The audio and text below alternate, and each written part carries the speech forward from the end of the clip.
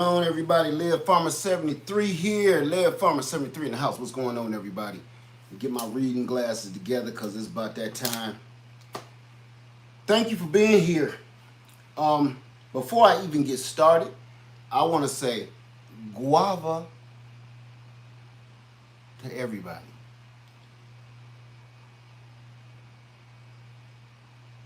Guava, everybody. Thank you for coming. Okay, let me see if we can see what we can see.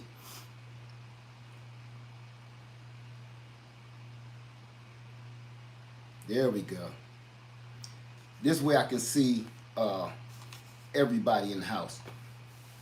So it's good to have y'all here with me. I want to say hello to Happy Mac right off the bat, Supreme TV, Steph Shockley, Van Poppin, who else we got? Shirley OG Gardner, Psalms 146, Leela News, Teresa Taylor, let me see, Divine Order.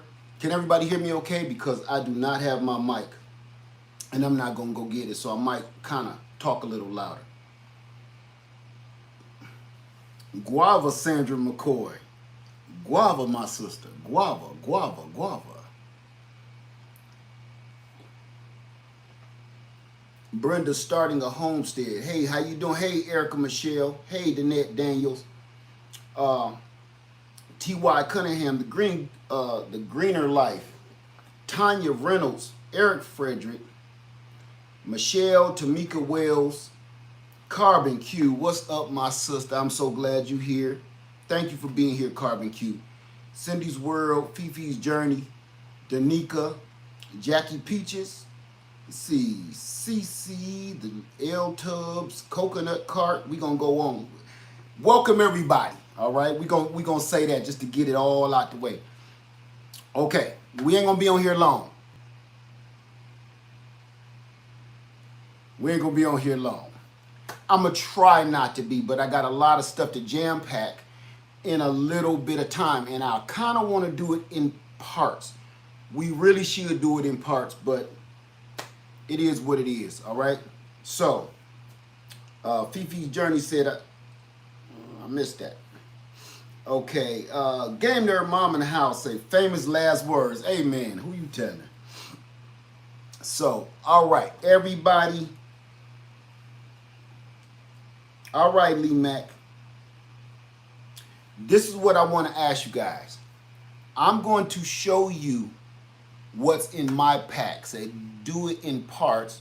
We will be patient. Nah, I knock it out. I knock out the most because this is the ongoing thing. This isn't just a one day and I'm not going to do it anymore. I've been doing this for years, so it ain't even going to make no difference whether I do it in parts or not. Okay, so I'm going to get this right out of the way. Please either get a pen, some paper, screenshot some of this before we even get started. Make sure you take a screenshot of all of these people or write down all of the people here in the chat so you can go and check out some of these wonderful new channels that's out, some of the older channels that's out. Make sure you go and support and show your love to these other channels. I'm going to say that right now before we get started, because these people have great ideas too.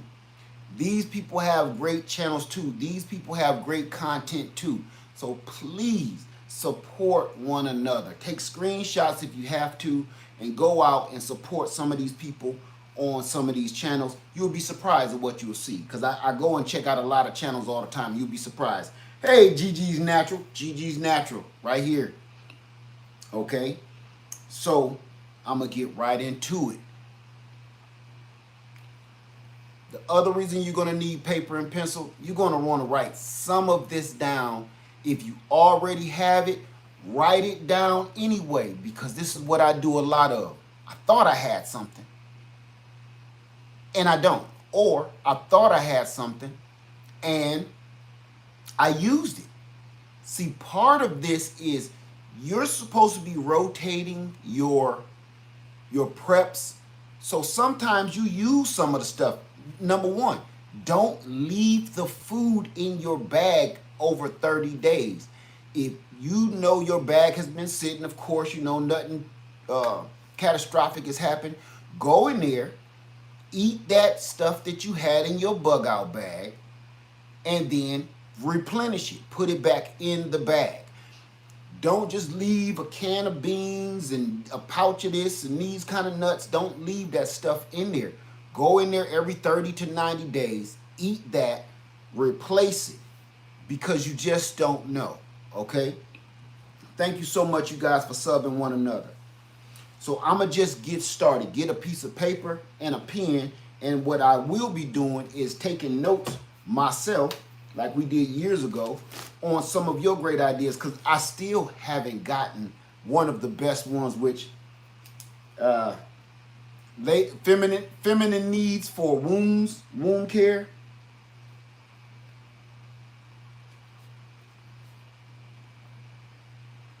I'm the first one to write something down about that. All right. Even MRI meals. MRI meals? I don't know about MRI meals. Anyway, I'm going to say this. If you can get freeze-dried food, I know what you're talking about. I'm messing with you. If you can get freeze-dried food, try to do that, because it really, really lessens the weight. We're gonna talk about your weight in these bags. Everything that you add on to your bag, you're literally adding on to your body, your kneecaps, every part of your body. Everything that you add on, I mean ounces. I don't care if it's a couple of ounces. Ounces turn into pounds, okay?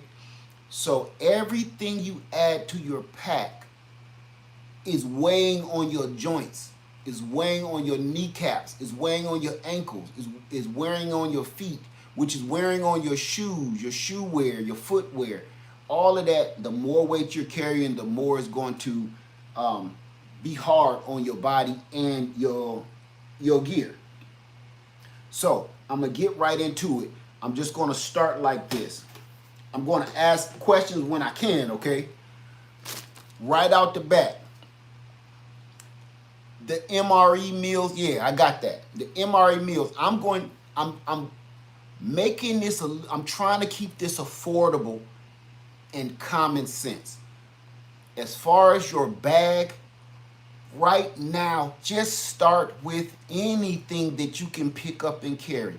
If you don't have the money to buy a proper backpack or hiking pack, take your time. Right now, you just need to start. Just start, okay? You don't need no military run around the world bag. You're not a paratrooper. You're not, okay? Just start. Once you start, and then you get a little extra money, then you can move up, upgrade a little, okay? So I'm going to start here, right out the gate. I'm just going to show you a few things that we have in our bag. All right? Number one, let's get something straight.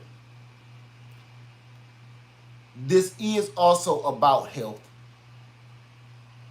but it's a thin line between your health and are you going to make it to the next hurdle of this game right here, okay? So you can be as healthy as you possibly can, but do what you have to do, okay?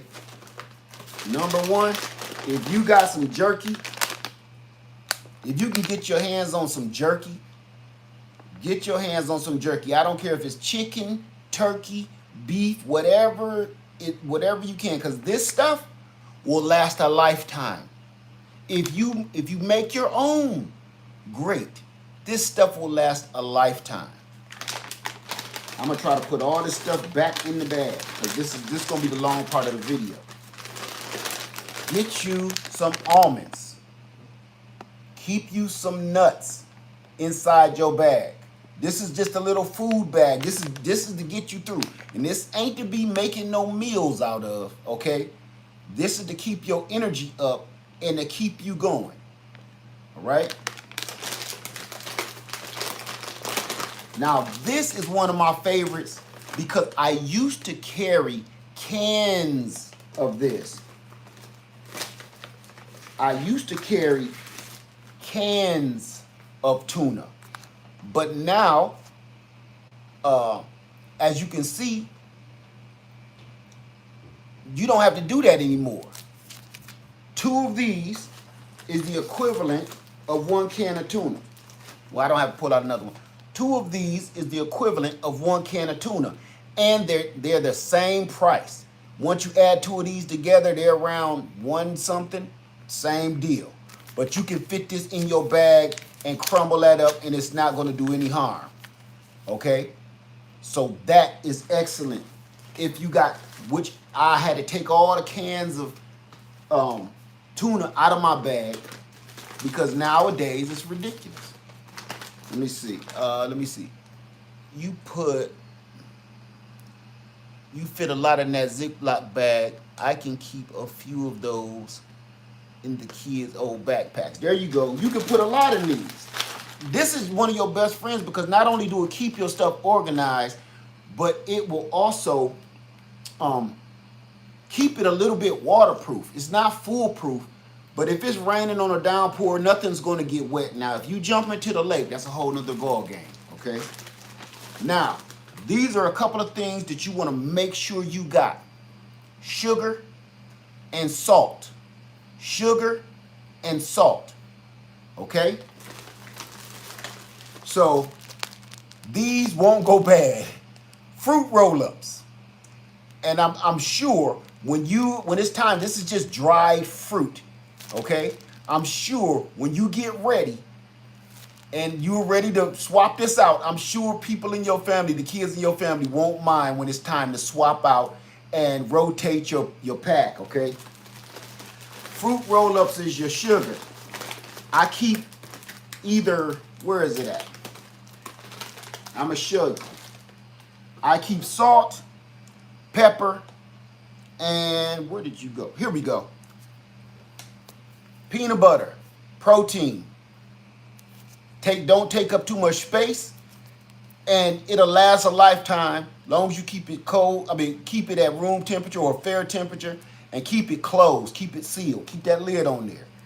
Salt and pepper, your salt, electrolytes. You need to keep, when you drink your water, you want to be able to keep that water inside your body, and that salt, that's what it does. That helps it, okay? If you use pink sea salt or whatever it is, iodized salt, whatever it is, non-iodized, whatever, just make sure you got that, okay?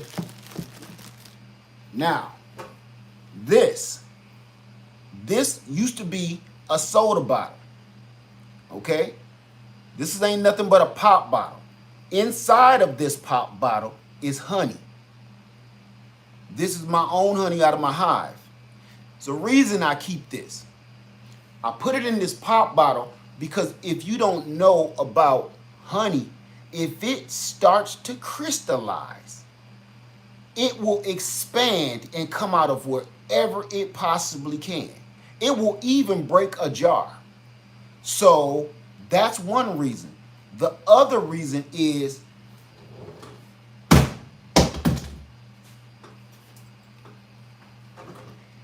if you have this in a jar and you fall down a little hill or hillside or something, you trip and fall and stumble, that honey is busted and all over the place, and it even might hurt you or cut you.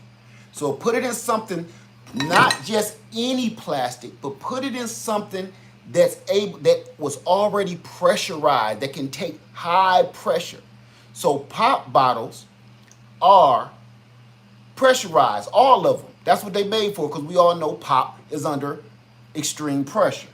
So you got your honey, you got your peanut butter, you got your tuna fish packs, you got your beef jerky, you got your salt, your pepper, and your nuts. And it ain't taking up no space. And it's light. Okay? So I'm going to come in here. I'm going to ask anybody got any questions about anything that we talked about just this moment. And then we're gonna keep it moving. I'm trying to keep it right here. Any questions so far, you guys? Let me see. Thank you, Iron to Wood Bushcraft.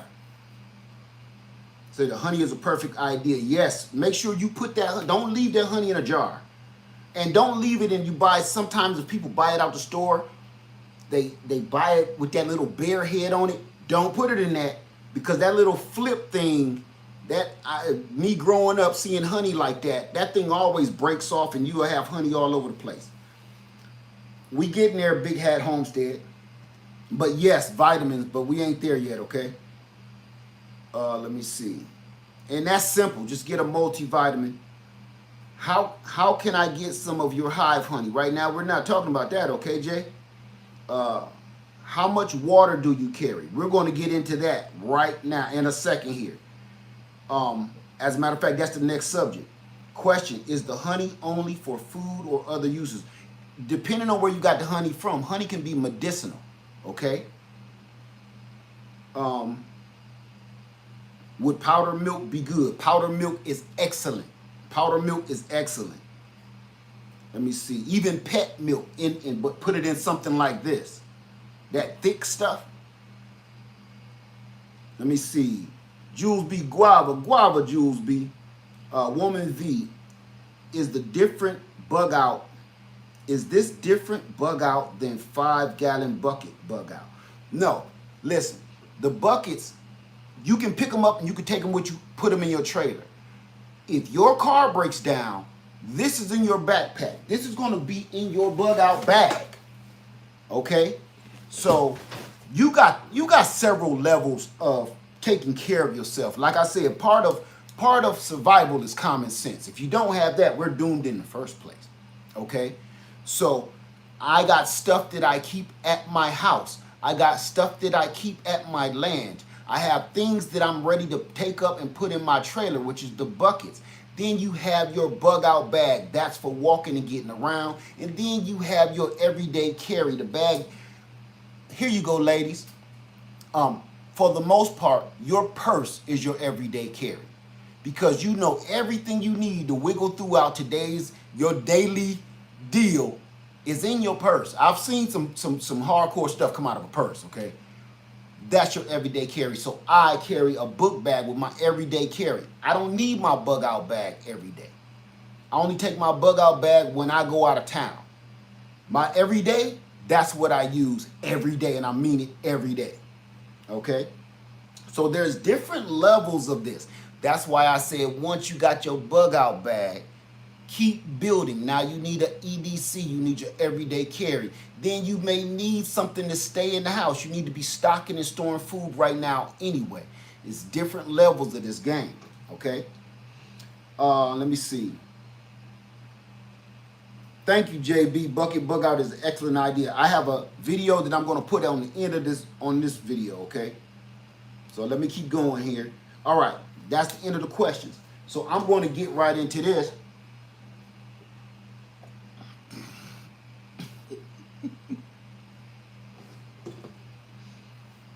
I'm going to get right into this.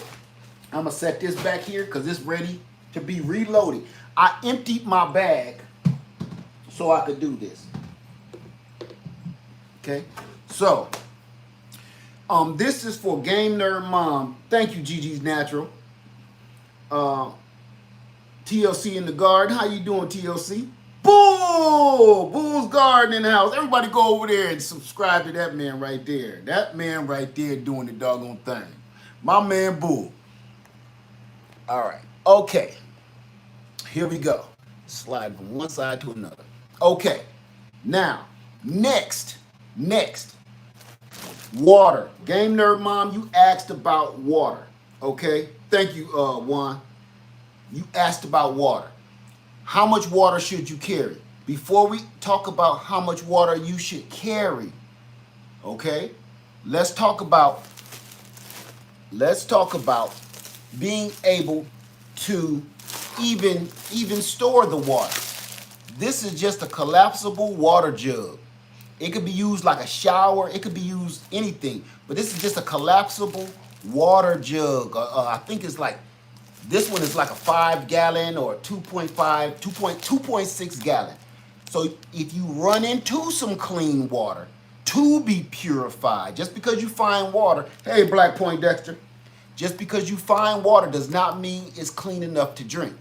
But you can load up and haul that water so you can prepare it. You can go back and boil it, run it through other things. Now, here's one for you. Where'd it go? That's your water jug.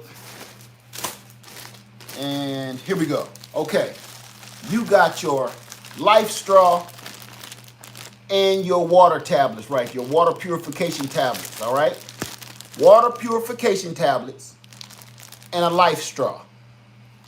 Those are two important things because you don't know, just because you find water, even if it's coming out of a hose, depending on the situation, you don't know if this water is safe to drink. Because you might get some water out of a stream and it might be a dead deer. How many fishermen do I have? How many fishermen do I have in the house? Raise your hand.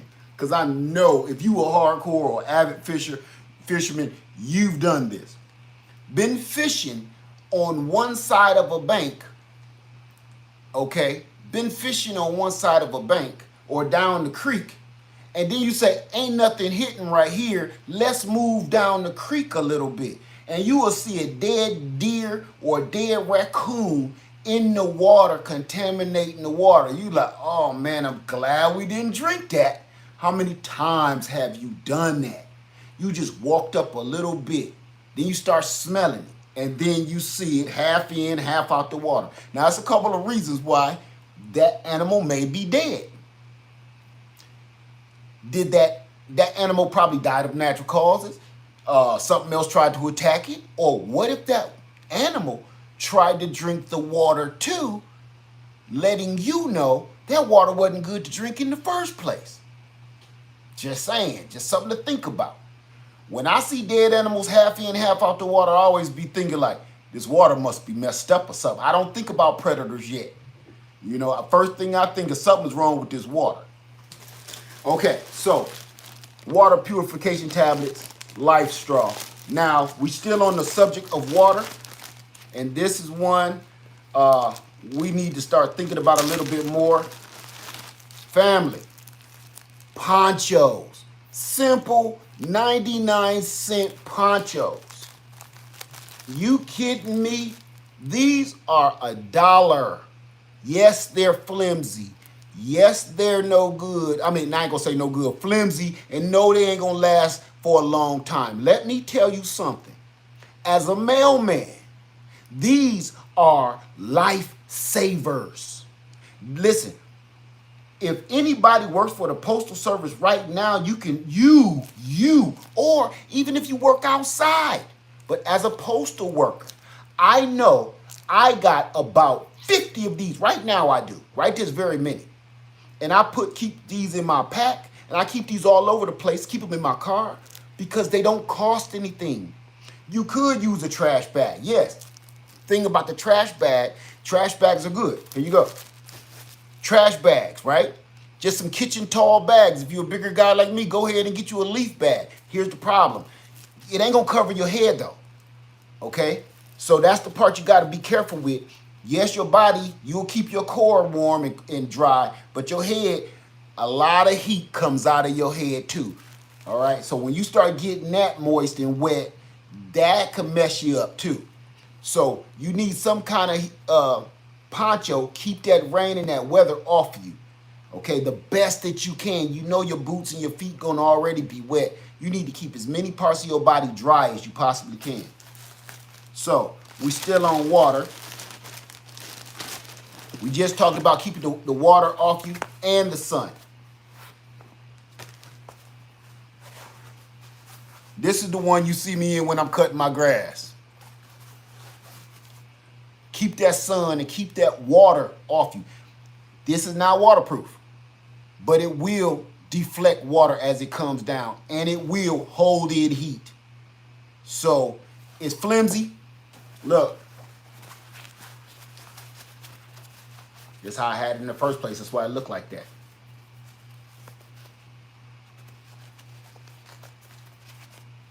In your pack. All right, that stays in my pack, and I got one that I use all the time when I'm in the yard. So, again, cover that head up. We're still on water. If you can. This carries 2.6 gallons of water as well. This you can carry on the front of you or on the back of you, depending on your pack. If you got a big heavy pack on the back, you will have to put this on the front of you like a baby carrier. Like so. So this will hold 2.6 gallons of water while you, now remember, every ounce that you add adds weight to your body, your knees, your gear, everything. If this is important, and if you bugging out, it's important. You're going to have to figure something out, okay? Like I said before, we should be practicing our preps every day. If you cannot carry that much weight, that may be one of the places you need to strengthen. Start strengthening your body to carry that much weight. Think about this. This is about saving your life. This ain't about how you look. This is about how you saving your life. So that's where I always think of it at, okay? I ain't no fashion model, but I'm strong. And that's all that matters to me. So that's it with water. So we got our water pack. All of the links are in the description box below. Everything I'm showing you, everything in the description box below. That's why it took me a couple days, because I've been going through this. So we got our life straw, water purification tablets, ponchos, water backpack. I'm gonna put this to the side. Oh, and your collapsible water jug. If you happen to find water, you fill this decent water, you fill this up, and you carry this back to wherever your camp is gonna be, then you start purifying your water. Okay, boiling it, purifying it, yada, yada, yada. Okay, now, with that being said, we're still on the subject of water. Here's one that's gonna save your cheeks, okay? How many fishermen do I have again? Get them hands back up. I seen there was a lot of them. Get them hands back up, because we fish so much, we don't even think about how important it is, okay? Everybody, get them hands up. Come on, fishermen. Come on, anglers. Let's get them hands up. Get your fists up. Because I know it's a lot of fishermen in here. Yeah, most of us was born fishing. Okay? Now, it doesn't matter whether you throw a cast net, whether you it doesn't matter. It doesn't matter. I don't care if you cast netting, you trapping, fishing, long as you know how to fish. Okay, but I'm going to keep this practical too. Okay, perfect. Get you a little fisher kit. I'm telling you, I wouldn't buy one. I would build one. Because all of the ones, just like your first aid kit that we're going to talk about, add on to your first aid kit when you buy those little kits, because they're not going to have the things that you need in them.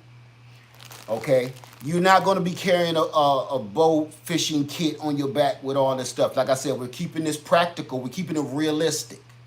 Realistic. Okay? This is stuff that's literally going in your bag. In here, you got your hooks.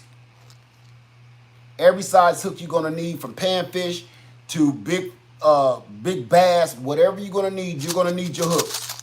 I got more hooks in here that's open, and I said, you want to know why this is brand new? Because I used the other one on the RV, so I had to use that. Hooks. If you don't have hooks, they don't cost much. I think this cost me something like $2.50, $3, something like that. But these will last a lifetime if you take care of them. Now, literally, okay? Hooks. Line. You don't need a whole bunch of it. You don't need one of the big giant spools. You can just buy a few of these. because they fit in your pack. Remember, this is survival. We're not going on a fishing trip. This is survival. This is just in case. Okay? And each one of these are about, it's 100 yards. That's plenty. That's plenty. Okay? So, your hooks, your line, when it comes to your sinkers, you can, I'd say this a lot, and I've been doing this for years. Family, before you go out buying sinkers, it's cheaper. Number one, I got two problems with buying sinkers. Number one, the sinker is made out of lead. So if you lose that sinker is in the water, polluting the, you know what I'm saying? Polluting the water. It's lead in there. So this is the cheapest way on the planet. Go buy a bunch of little nuts to go on screws, to go on bolts, whatever size, however heavy you want it. You tie your end of your line onto a nut. You will get a whole bag of nuts for like $3. Where with sinkers, lead weights, you will get like 3 sinkers for like $3, $4. It's ridiculous. It's ridiculous. So either do that or tie on a rock. Sometimes what I do, I chip out a rock, tie the string around a rock. It's not foolproof, but I've caught some mean ones like that. Because we know those sinkers cost so much, those lead weight sinkers cost so much. After your 3 or your 4 is gone, that don't mean it's time to stop fishing. It's time to start figuring out something else. Let's keep it rolling. Oh, these are some I just throw in there. Them just some hooks I threw in there. All right, this is a killer. Where do y'all know them come from? Like Dollar Store, Dollar General, all them dollar stores, laundry bag, because this could be one of those nets that you use to catch a bunch of fish. This right here, 2 things you could use this for right off the top of your head. When you do catch a fish, you don't want to leave it up on land. If you want it alive and you want it to stay fresh on a hot, on a hot day, put that mug back in this bag and set that bag back out in the water. That's your stringer. Instead of wasting your line trying to make a stringer for the fish so it don't get away, you put all of these right here, okay? So do you need worms to catch fish? You can use whatever you need to be using. You're not going to be carrying around worms all the time. Sometimes, here you go, sometimes you can use a fake bait. Any kind of wiggler bait or any kind of spoon bait, anything that you're going to be using like this. You can use little stuff like this. This costs nothing, okay? So that's not always, my bee swarm phone is going off. This can hold your fish, and it can also help you catch fish if you set it up right. I'll do that on another video. Now, a lot of people will go out and buy a bunch of these when they're trying to catch panfish. These bobbers, if you know what a bobber is, a lot of people will go out and buy a bunch of these. They're expensive as all get out. This is one of the most expensive things you will buy while you're in the store besides your lead weight, your anchor, okay? Throw that away. Get rid of that thing. This is what you need.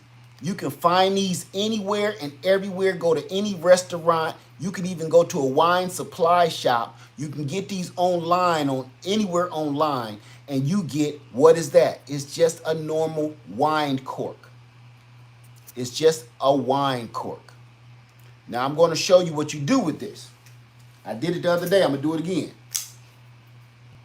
You cut that wine cork right down the middle, just like that, without cutting yourself, okay? Right down the middle, just like that. Okay, go halfway through, just like that. Now, you take your line, you find some, I didn't want to unravel none.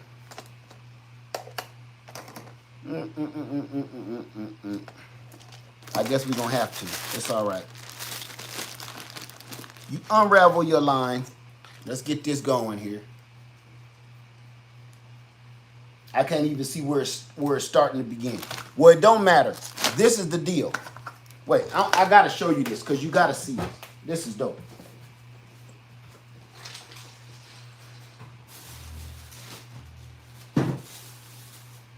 Okay. I'm going to use some of my trap line. It's just easier this way. All right. This is my trap line to catch small critters, my critter getters, okay? So, all you do with your fishing line is that crack that's right there in the middle, you run that right up the middle of that crack. Right up the middle of that crack. Just like that, you just slide it in there, okay? Now look, say this is your fishing line. Anywhere you want, how deep do you want it? Do you want it just a foot deep? Or is you trying to get 2 feet deep, so on and so forth? This way, you paint these a bright color. You get some spray paint, paint that so you can see when that thing go out there. Because if you leave it brown, you won't be able to see it out in the water, okay?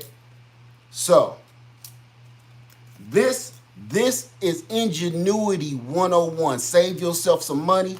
And if you lose a wine cork, you won't go crying. Because when you lose one of them bobbers, it ruins your day, okay? It will ruin your day. This, you might find another one to wash up on shore from some dude drinking liquor down the street. So, put yourself together a little fishing kit.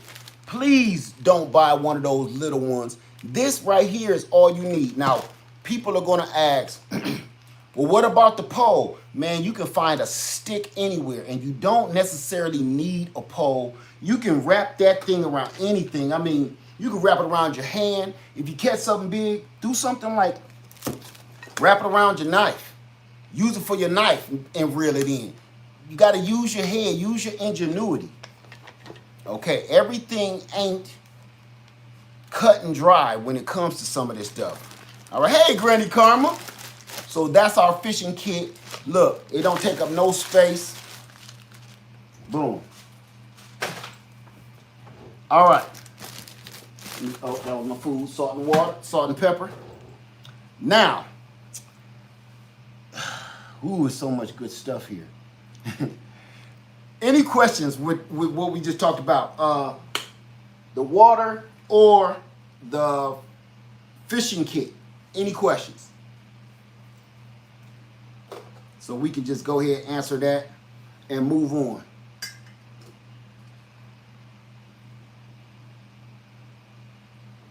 Guava.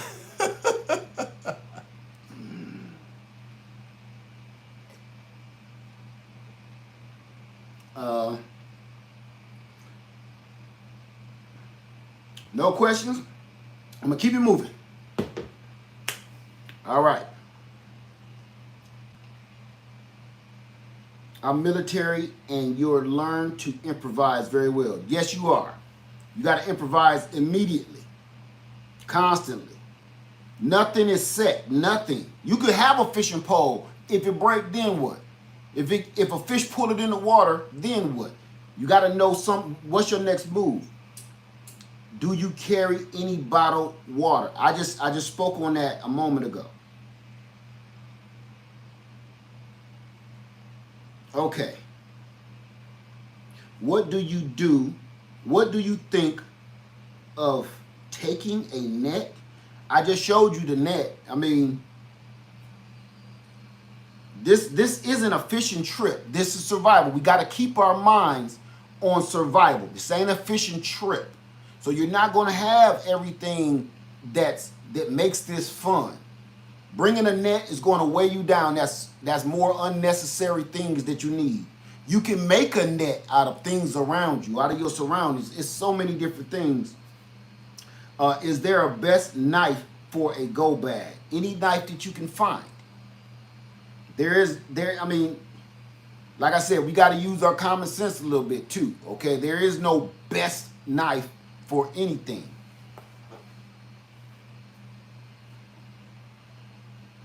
Hey, Food by Faith. Okay. All right, here we go. Let's keep it moving. All right, next. Oh, my fishing. I knew something was missing in my fishing kit. We gotta use our head. Let me see. And be realistic. Let's be realistic too, okay? Let's be realistic. We all trying to help one another, right? Okay, the cartoon stuff can stay on TV. So, here we go. Family, ladies, gentlemen too. Number one, throw in you some work gloves. They don't cost nothing. I don't care where you get them, how you get them. Throw in you some work gloves. Any old kind. You can get them from Oompa Loompa store. You can get any store and a bunch of them. Just get you a grip of these gloves, throw them in your pack because you may need them for climbing or anything else. Sometimes you can't get a grip on something. You will need your gloves. Number two, handkerchiefs, head cover. We can go back to head cover again. We can go back to head cover. This is keeping that hot sun off your head. Keeping your sweat out of your eyes. And here's another one. If you're using cotton, it will absorb that sweat. And unfortunately, those are your electrolytes coming out. You may, I'm not going to say it, you may need to get those electrolytes back in. Okay, lead question, what do you have as your cook stove? We're getting there, okay?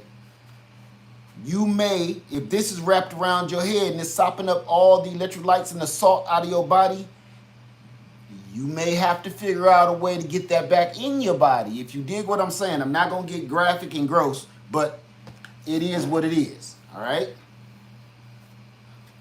So, here we go. Keep it moving. Spare clothes. Keep you some spare clothes. I like to use jogging pants or what I keep in my pack, pajama pants. Cotton stretchy pajama pants. They do just as good. This will keep those ticks and all them bugs from biting your legs if you got to go through some high grass and woods. This will also put a rubber band at the bottom. If they ain't, put a rubber band around the bottom. Where my rubber bands at? Rubber band, man. Put a rubber band around your bottom, around your ankle, around the bottom of the doggone pants. That way it'll keep stuff from coming up the leg too. All right, and you don't know what situation you're gonna be in, but the reason I like pajama pants mostly is because they don't weigh nothing. You can fold them up, and for the same, I don't care what size you are, for the same space it'll take for you to put some blue jeans in that spot. One pair of blue jeans, you can put 3 pair of pajama pants in that same amount of space. I don't care what size you are. The smaller you are, the smaller your pajama pants are going to be too. So, okay, I can get 3 of these in my pack over 1 pair of jeans. Now, jeans are more durable. Yes, they are. But jeans are more durable. But what are you going to do when those just get so soiled? You got to take them off. You got to do something. You got to figure something out. Where 3 of these, I can go through 3 of these in the same amount of time you go through some Levi's or something, okay? And they fit in your bag. That's the biggest deal. They fit in your bag. Now, this is some game I got from working for the Postal Service, okay? When a dog start to bite your pants leg and tear your pants leg off, or you have to jump a fence and tear out the crotch of them pants, you can't go home. Or you're so soaked to the bone from working outside, you can't take another second in these soggy clothes because you know you're going to get sick. Once you start to shiver and shake, your body shivers because it's trying to stay warm.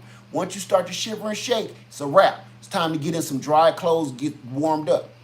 So I would go in the back, hurry up, change my doggone gear out, or go in one of these businesses, change out of my postal uniform, and put on something. Yeah, I look crazy bringing your package, but I'm going to stay alive while I'm doing it.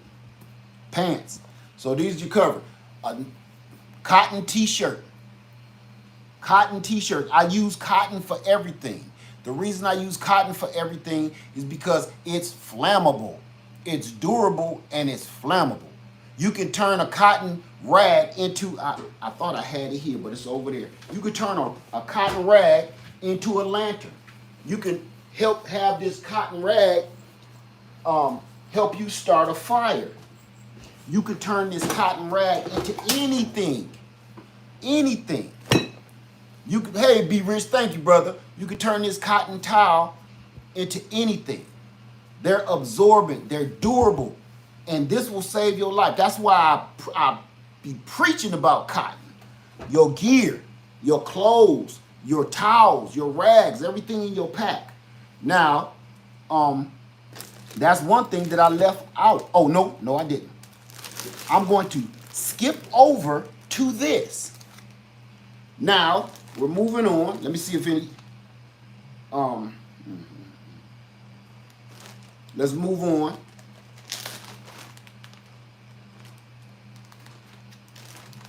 Anyway, like I said, I keep cotton rags all day. Okay? So, yeah.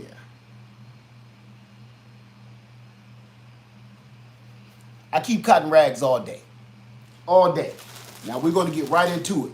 Another batch of cotton towels. These are gold. These are towel tablets. This is about 200 of them and it ain't taking up no space. Towel tablets. This is what they do. Watch this. This is water. All I'm going to do is touch this in the water and it will start to expand. I'm going to touch it in some more because it will sop up that much water.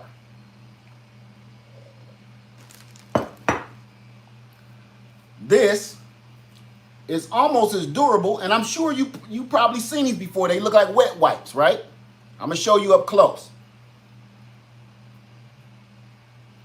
It's just a wet wipe. Strong, durable, just like a wet wipe. You know how strong they are. These are on the list as well. You can wash up, clean yourself up with that. Oh, I got so much water on me. You can clean yourself up with that and keep it pushing. Wring it out and keep using it because it's not done yet. It's not tissue. Listen. It's a real towel. It's actually even stronger than a Bounty paper towel. All right? And that's refreshing. So, I'm going to put that to the side. That felt good. So we got our towels. Family, this is your hygiene we're talking about here. Let me put that back in the bag. This is your hygiene. So these are your towelette tablets. I'm telling you, these are worth their weight in gold. I'm telling you. Somebody hit me on them years ago, and I never looked back. Family, need I say more? Need I say more? Your towels, your rags, just because you out there surviving, you still need to keep your hygiene up. Our hygiene has killed more people than anything. Half the plagues in the turn of the century was all due to just people not washing up. Your hygiene is just as important as your food and your water sometimes. Okay? So make sure this don't weigh nothing. Just a drop of this can get you together. Just a bar of this can get you together. Whatever you need, okay? You don't need a whole bunch of stuff to smell like baby powder. Man, this is survival. We're just trying to stay clean. Your hygiene is everything, from your teeth to your washing yourself and hitting the attic and the basement. You need to keep yourself clean. So I'm going to put that away. This is my hygiene bag. Set that down. All right. I'm going to save the best for last. Speaking of hygiene, Rubber gloves. I don't care what you use, latex, nitrile, plastic, whatever you use, have you some rubber gloves on hand, okay? You just don't know what you're about to get into. And listen, the way things are these days, yeah, keep these with you, all right? And if you have to start hunting and cleaning things, these really make it a little bit more tolerable, okay? Now, of course, you already know what was coming next, your mask. You don't know what the situation is going to be. And everybody, I'm not wearing no mask. Okay, that's great. But let's not even talk about that. We can also talk about dust storms, sand storms, wind storms. You breathing up all that debris will get you just as sick. So we don't even have to talk about the problem of today. No, you don't need no nuclear mask. We're just trying. This is if you I'm not going there. We ain't gonna go there, okay? Cause see, that's what I'm saying. All of that stuff, we start thinking, once we start thinking about gas masks and stuff like that, where does it end? This is that other level that I was telling you about. Once you start talking about hiding yourself in one of them tin cans we don't gotta go that far yet. Okay? We don't gotta go that far yet. This is stuff normal, basic. I need to watch my tailbone type stuff.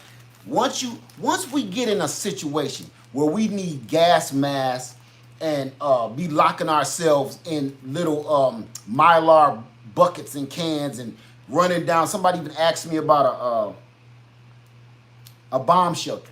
Once you start getting into a situation where we need to start that conversation,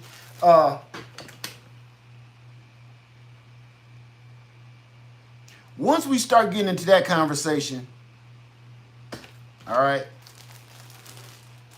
ain't no bomb shelters and gas masks, none of that stuff gonna help you do nothing. Especially if you don't even know how to use the gas mask, you've never been in that situation. Give me a break. I don't get into that stuff, man. I always be like, if I get into that situation, man, it's time for that other level. And I ain't talking about wrapping myself in this space suit. I'm talking about, man, it's time to get on your knees and pray. It's time to get on your knees and pray. So I thought Lady Leigh had my little one the other day, but that is actually in my mailbag. That's in my mailbag. So let's move on. Any questions with the hygiene before we go? Any questions or any questions at all with any of it? I want to say welcome to everybody in here that's just coming in the room. Welcome, welcome, welcome.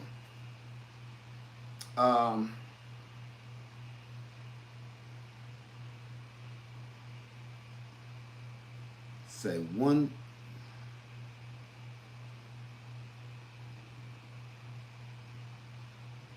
Deodorant? No. I don't think that's important when you out there. That's very unimportant.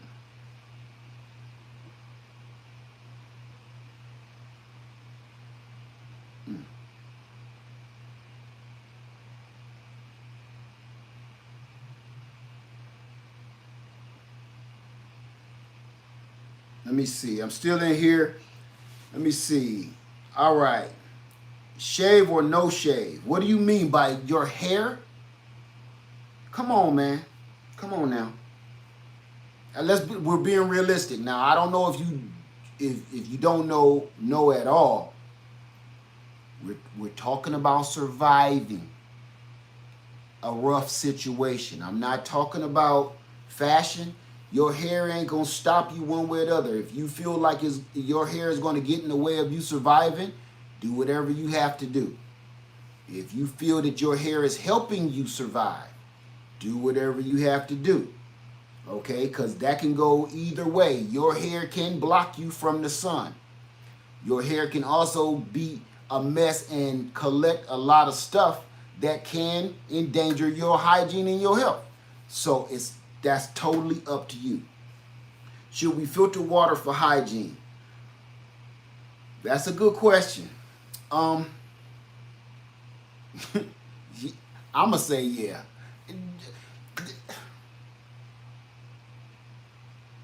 Let's think about this on a realistic level.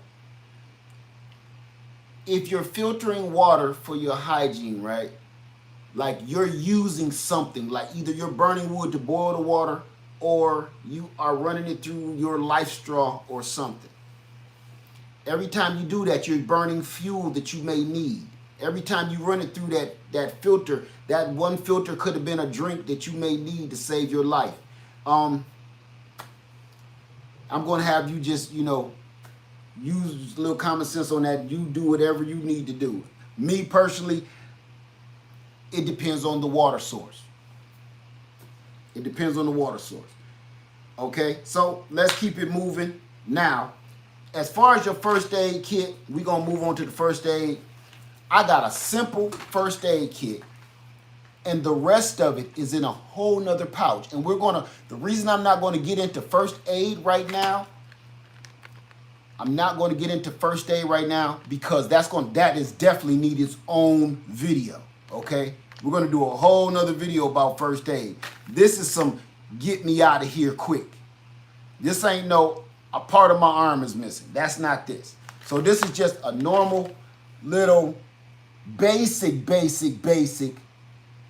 kit, because sometimes I just don't believe in all of that stuff that they try to sell you.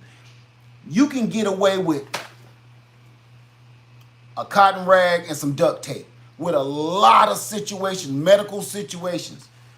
Okay, a lot of medical situations you can get away with a cotton rag and duct tape. So all of that extra crap that they selling down in the pharmacy, have you ever looked at some of that stuff and be like, well, that's just cotton. That's just cotton swabs. You know what I'm saying? No, let's be realistic. Yeah.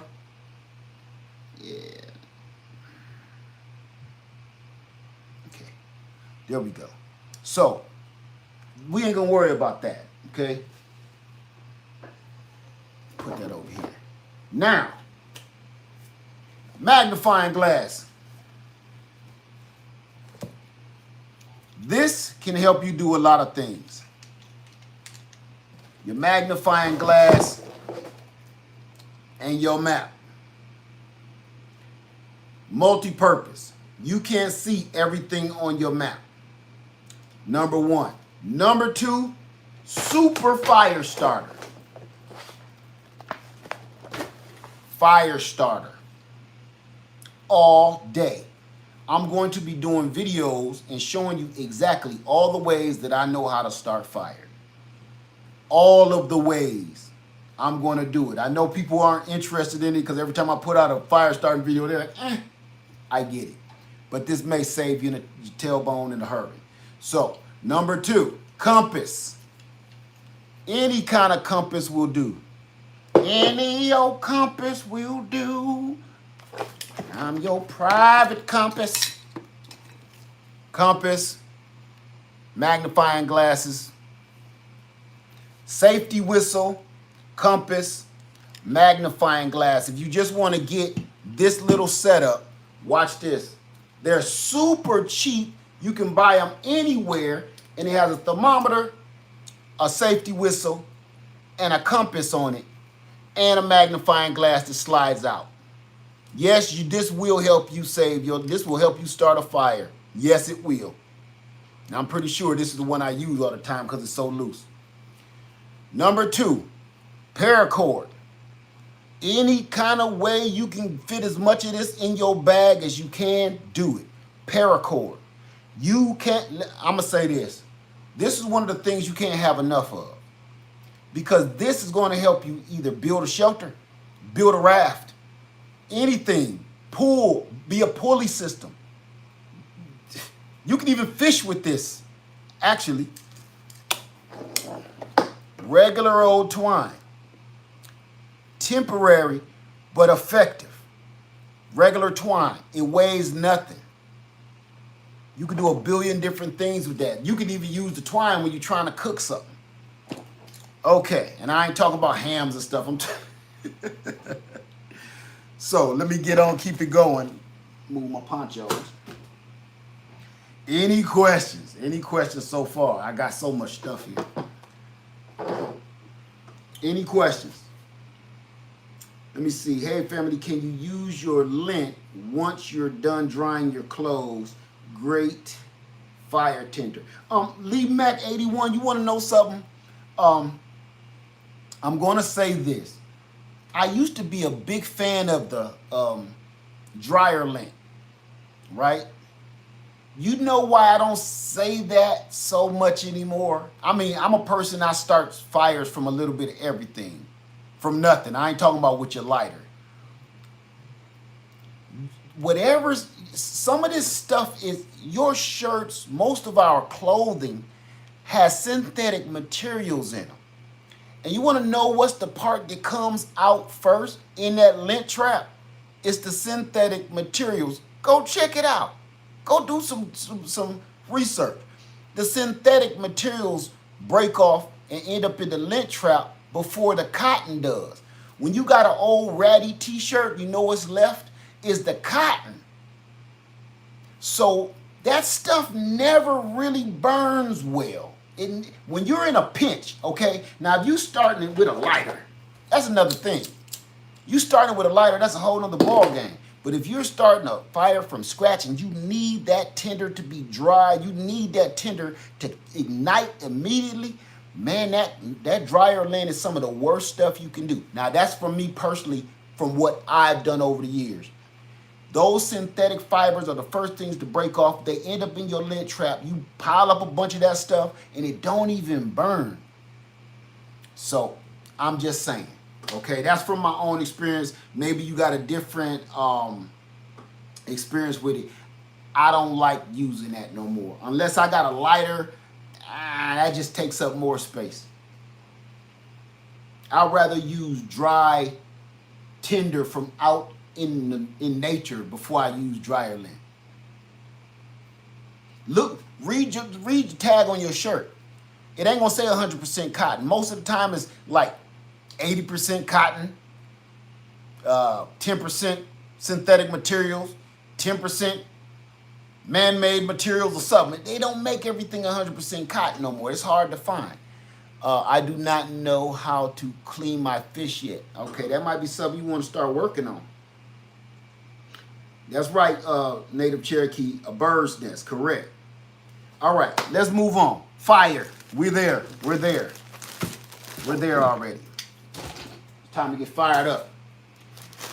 I'm not even gonna talk about the stuff, how to make a fire from nothing. That's gonna be a whole nother video. Jonathan said a lesson on using a compass. Number one, here's a lesson real quick. You need to quickly figure out which way is north, south, east, and west. If you don't know that, you might be in some trouble in the first place. What states are to your south? What states and cities are to your north? You need to work on that a little bit, okay?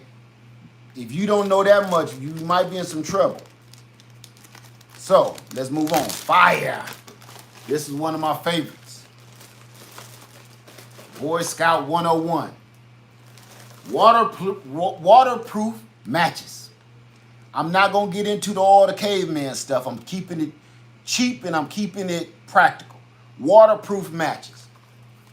They come in this little waterproof case. You can't beat it. You can keep on replenishing those all you want to. Really, all I got this for was the waterproof case.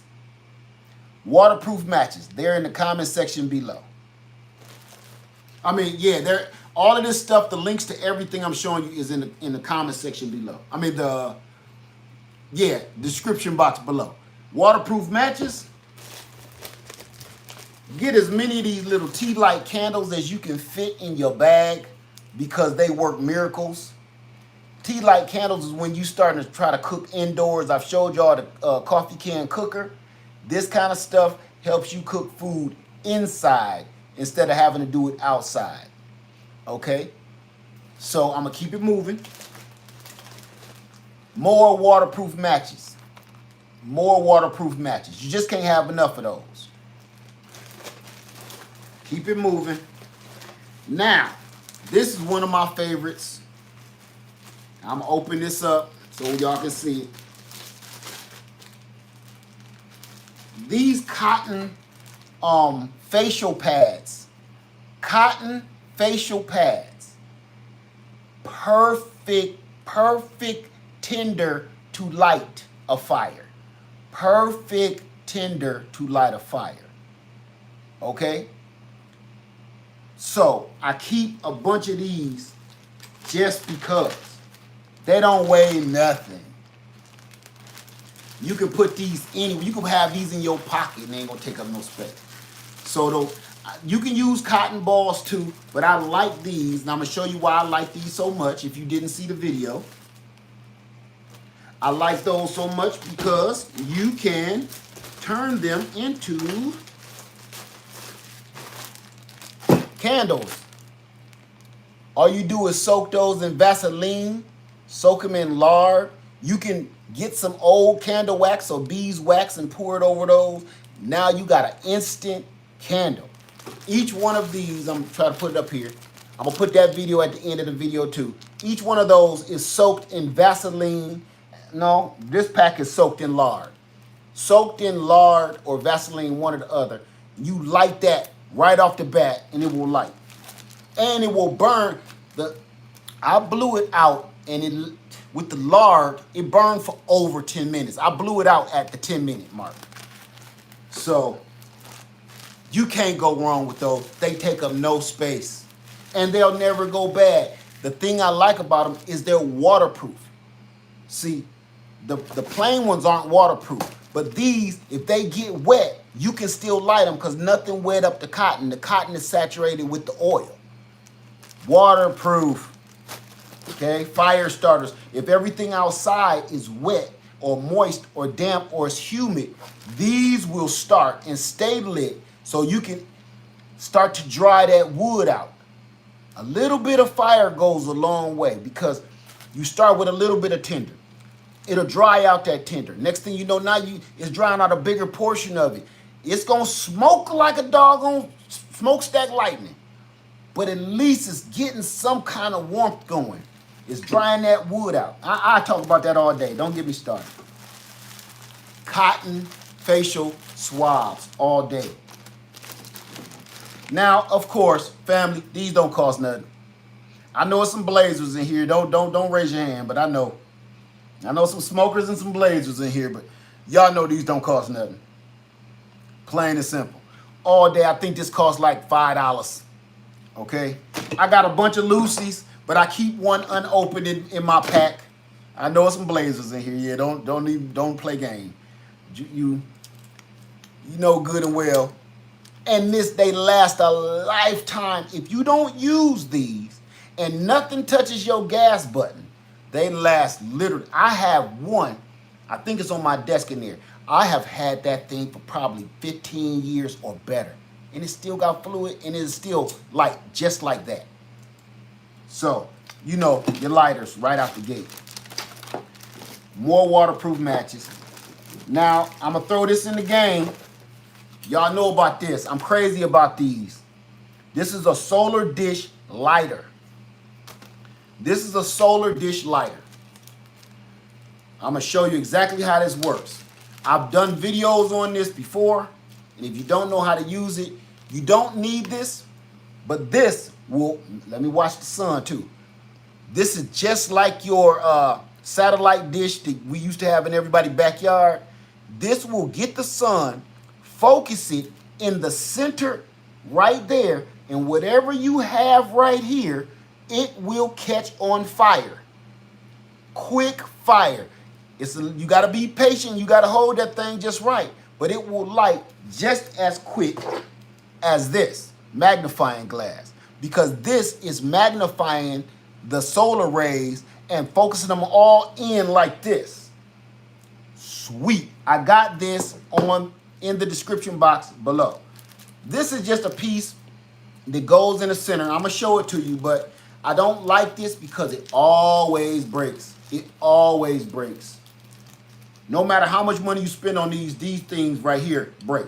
So you take the centerpiece like this, You take this spring that it comes with, you stick it in the hole you got sewed, like that. See it? Now, the piece that actually holds the piece of paper, which I'm just going to do a mock run, let's just say the cotton. I would go outside and light this sucker, but I'm trying to stay on task. You put your tinder in between the cotton like that, just like that, and you stick this in the spring, just like that. You focus that sunlight, and it will catch this on fire in no time. In no time. Okay? So this thing is a miracle worker, and I've showed y'all many times how this works, but don't count on this working all the time. These are pieces of crap. You don't need these. This just makes it a little bit easier and frees your hand up. I'm gonna keep on moving, okay?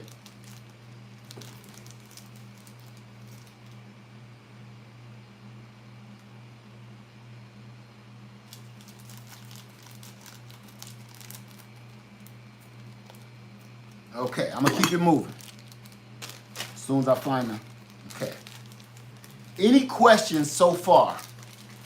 Let me look. Okay, I got another one for you.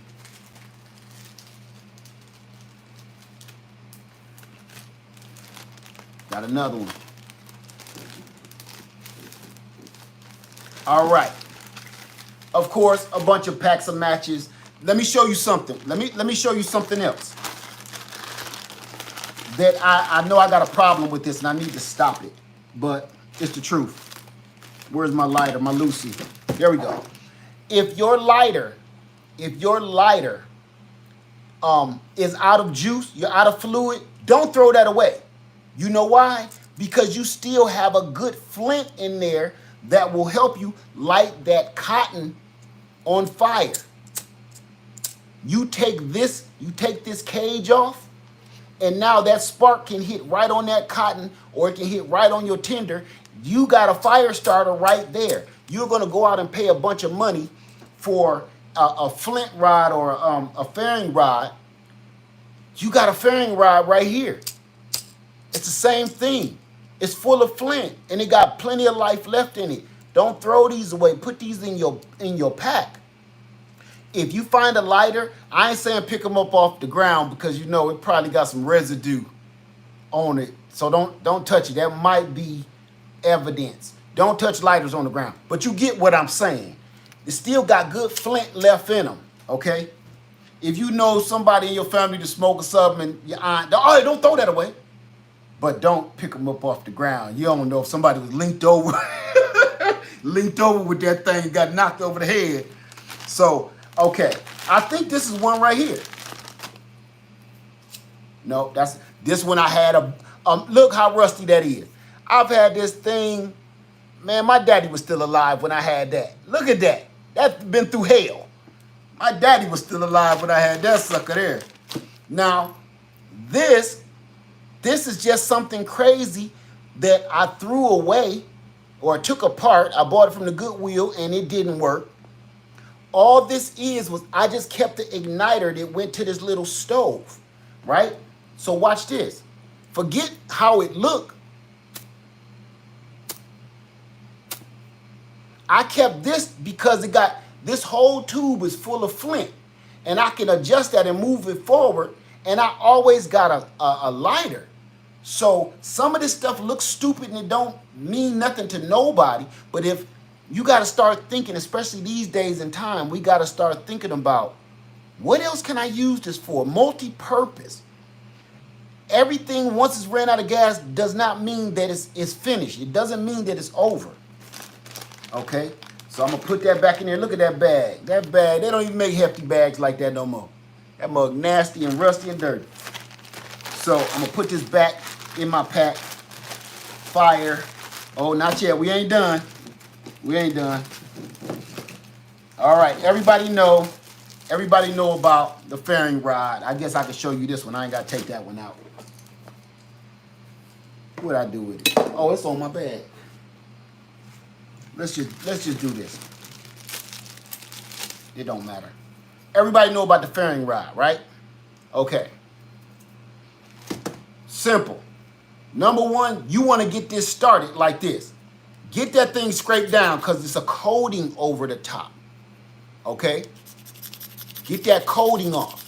Once you get that coating off, now you can strike it. That coating on there, I don't know whether that's not condensation, but you scrape that off. Woo! Woo! I almost lit myself. But that's all to it. Okay? You strike this fan rod, and it's also a compass, and it's also a safety whistle. I'm not going to do it. I don't want to blow my ears out. So, there you go. These stay together at all time, okay? Fairing rod, striker, or you can use a knife. I don't like to use my knife, that old whack Rambo type stuff, because here's the thing about trying to start it with your knife. You're dulling your knife trying to do that. And of course, family, you know you got to have a Zippo. Is he out of sauce? Yeah, he finally out of sauce. Let me see. So, this is a can of fuel that you can keep with you. They got the plastic bottles too. I keep one of these in my pack. I keep them there to refuel these, but you can also start a fire with some of that fuel too. Remember, you ain't think about the environment too much when you out here and you struggling. Okay? Damn, he empty too. Oh, I got this fan blowing. There we go. There we go. I'm glad I ain't at a concert. I got this fan blowing over here. So, there you go. And last but not least, I can't leave this sucker out. I love it. Love it. Love it. Pocket size magnifying glass to get that fire started. This one is solely for my fire starting. The other ones have got multi-uses. This is just for starting my fire. This thing, oh my God, ain't no joke. Okay? You keep these, I say, because you get so many for the price these days, I say keep one in your everyday carry bag, keep one in your bug out bag, keep one in your car. They are super cheap. Keep these everywhere. Put one in your kid's lunchbox. I mean, everywhere. There's no reason why we shouldn't have this.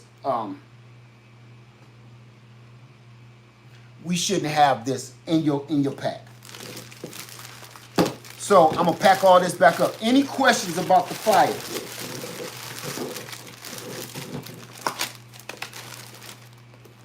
Any questions so far? Anything I missed, you can repeat it. I'm here now. When it comes to fire starting, I get a little. Can you start a fire with a mirror? Yes, you can. But the thing about a mirror, if you're going to be carrying around a mirror, it may break. If you carry around one of those plastic mirrors that it make you kind of look distorted, they don't catch the solar rays properly. So it's kind of impractical. Trust me, if you carry these are plastic. This is plastic, and the other one I just showed, every magnifying glass I showed you is plastic. So I keep them in pouches so they don't get scratched up, because the more they get scratched up, the less they catch the rays. Okay, let me see.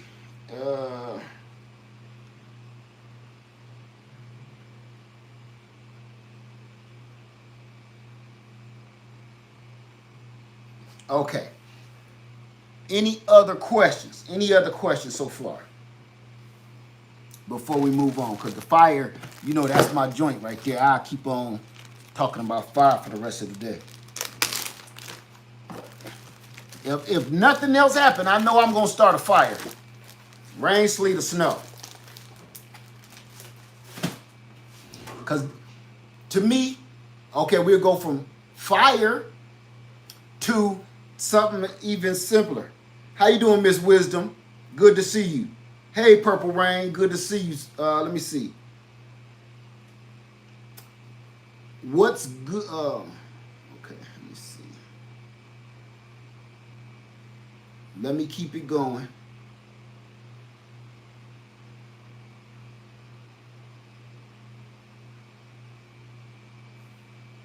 All right, let's keep it rolling. What about a tarp?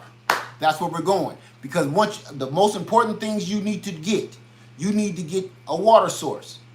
You need to get your fire running. And you need to build a shelter.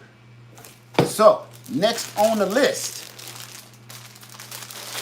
tarp. I carry a 2-man tent and a tarp. This tarp would either you could put this on the ground and set the tent on it, or you could put it over the tent. It'll help it keep the water off, or this will end up being your tent. Led, do you have a USB lighter? No, I don't.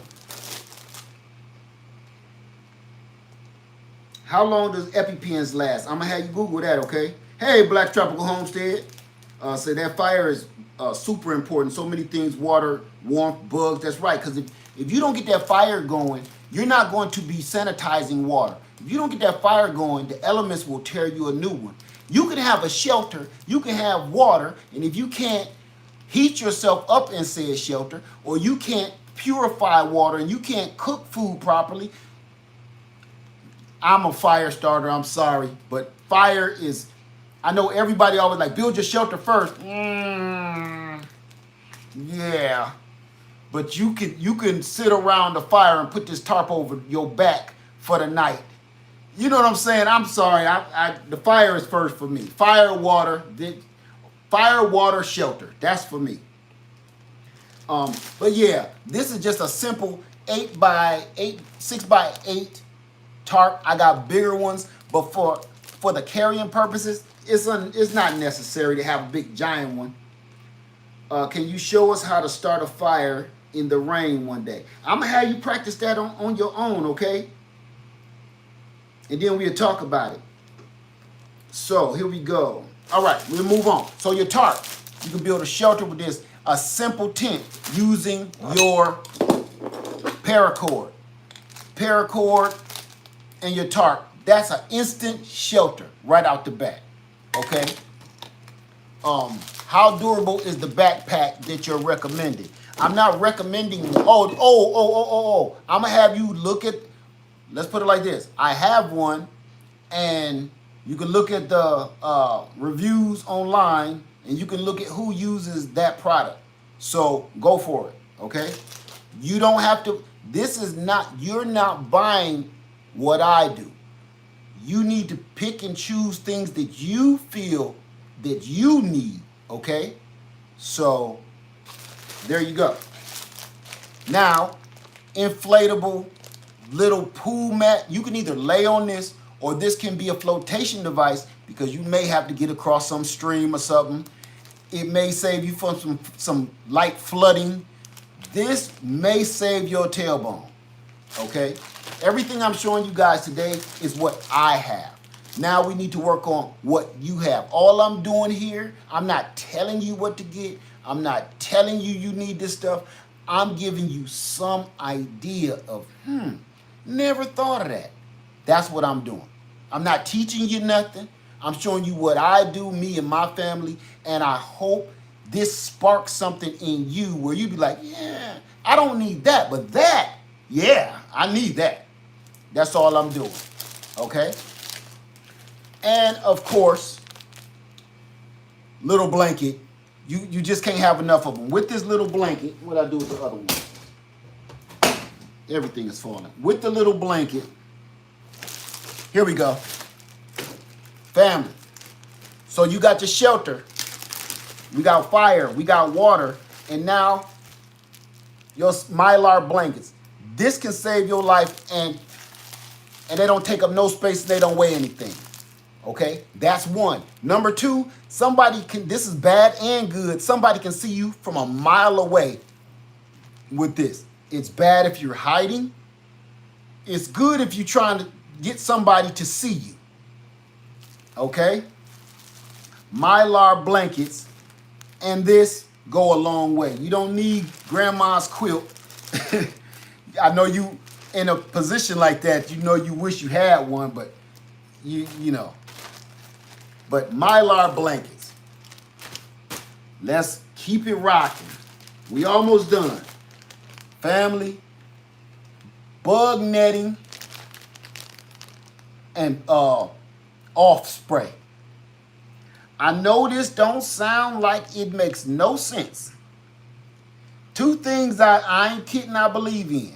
I know what color I am, so I ain't got to prove it to nobody. What is that? Not suntan lotion, but not suntan lotion. What is the stuff? To keep the sun off. Sunblock.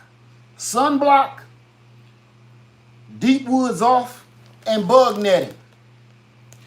You don't have, this is what I'm going to show you what I did.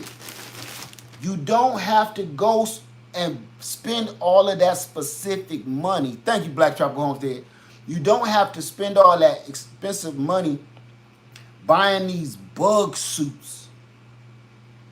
It's just plain old, I forget what my wife called this, to make hats and y'all know what this stuff is. Ladies makes hats with it and stuff. This ain't no different. I mean, it's identical to the bug netting. Yeah, Thule. She kept saying his name. I was like, that ain't the kind of Thule I carry. She said, no. No. And I couldn't think of the word because it was so funny to me. You know what I mean by Thule on my hip. But this is no different than what you gonna go out and spend a bunch on, and it's 4 feet wide and I cut it 6 feet long so it can just cover the top half of me, just my head mainly. You know, that's the place you don't want them bugs. You don't want them on nothing of you, but for the most part, you don't want them on your freaking head. Simple, easy, easy. So I keep this stuff folded up, and frankly, I needed more of it. It don't take up no space. I cut so much of it, and I've used so much of it. Don't take up no space. And then bugs though, man. And of course, a face mask. If worst come to worst, these cost a little something extra. Face mask. Y'all have seen me in this before. You can see straight through this thing. I wouldn't advise it, but you get it. Because them bugs, especially her and the mosquitoes, I'll look back and it won't be nothing but a bug out bag. Them mosquitoes be done sucked her dry. Bugs. All right. Try to have some kind of power unit. If you don't, it's not essential, but it is helpful. If you have electronics on you, like a phone, your GPS, a CB, a two-way radio, you can recharge all of that stuff, because remember, this is safety and security for yourself. Just keep it rocking. I'm going to keep going. I'm going to keep going. Now, it's the other part that I like to talk about. Oh, we left one out. Our mess kit. You need to cook on something. How did I leave this out? That's supposed to be on food. This is one I keep in my everyday carry, but it's so cool, I got to show you. Y'all know about this. This is like a Coleman spoon, fork, knife combo set. Okay? And you're going to say, you know, well, the spoon and the fork, I mean, how you going to cut stuff and hold the fork? These come apart. Let me put that back. These come apart, and now the knife is over here and the spoon is over here. Just common sense. Okay? There you go. Super simple, easy, effective. It ain't made to last forever, but it is awesome. I've had these for years. Not this one particularly. This one is fairly new, but I've been using these for years. All our camping. If I got some old camping videos, you will see them. That's one. I just pulled that out. That's in my everyday carry, though. Here is your mess kit. Now, this is what I like about the mess kit, is because they're super cheap and you can get them at Walmart. you know, plastic spoon, knife, fork, plate. You don't need the plate necessarily. I prefer the plate, and it doesn't take up any space, so that's why I got it in my pack. This stuff is not, that's not necessary, okay? You can lose it. If it start weighing you down, lose it. But this you need. This you need. You've seen me cook on this when I did the whole coffee can cooker video. I literally took a metal chock full of nuts coffee can, broke it down, turned it into a rocket stove, and I scrambled eggs on top of it. Anybody remember that? Okay, this is that. You got your bowl, you got your frying pan, you still probably got some old eggs in it, see that? You got your pan, either this gonna be your dish, so you can eat out of. You got you a cup, which I threw in an extra cup because it's collapsible. Little collapsible cup that I threw in there extra, and it didn't take up no space. You can find these anywhere now. A pot to boil your water in or cook your food in, warm up whatever you got, your soup, whatever you plan on making. Yeah, see it in there. Y'all seen me do all that cooking that day in this. And your frying pan. None of this stuff is made to be out here braising no steaks and stuff. But you get what I'm saying? Survival. And it's all compact. That's the sweet part. Put all this back together just like this. Lid for your pot. Put your bowl back on or your plate. And then you clamp that back all down together. You can't go wrong with this. Mess kit. So I keep all this together in here. Little net bag. This bag don't even go to this. I found this bag doing something else. Let me put that in last like I always do.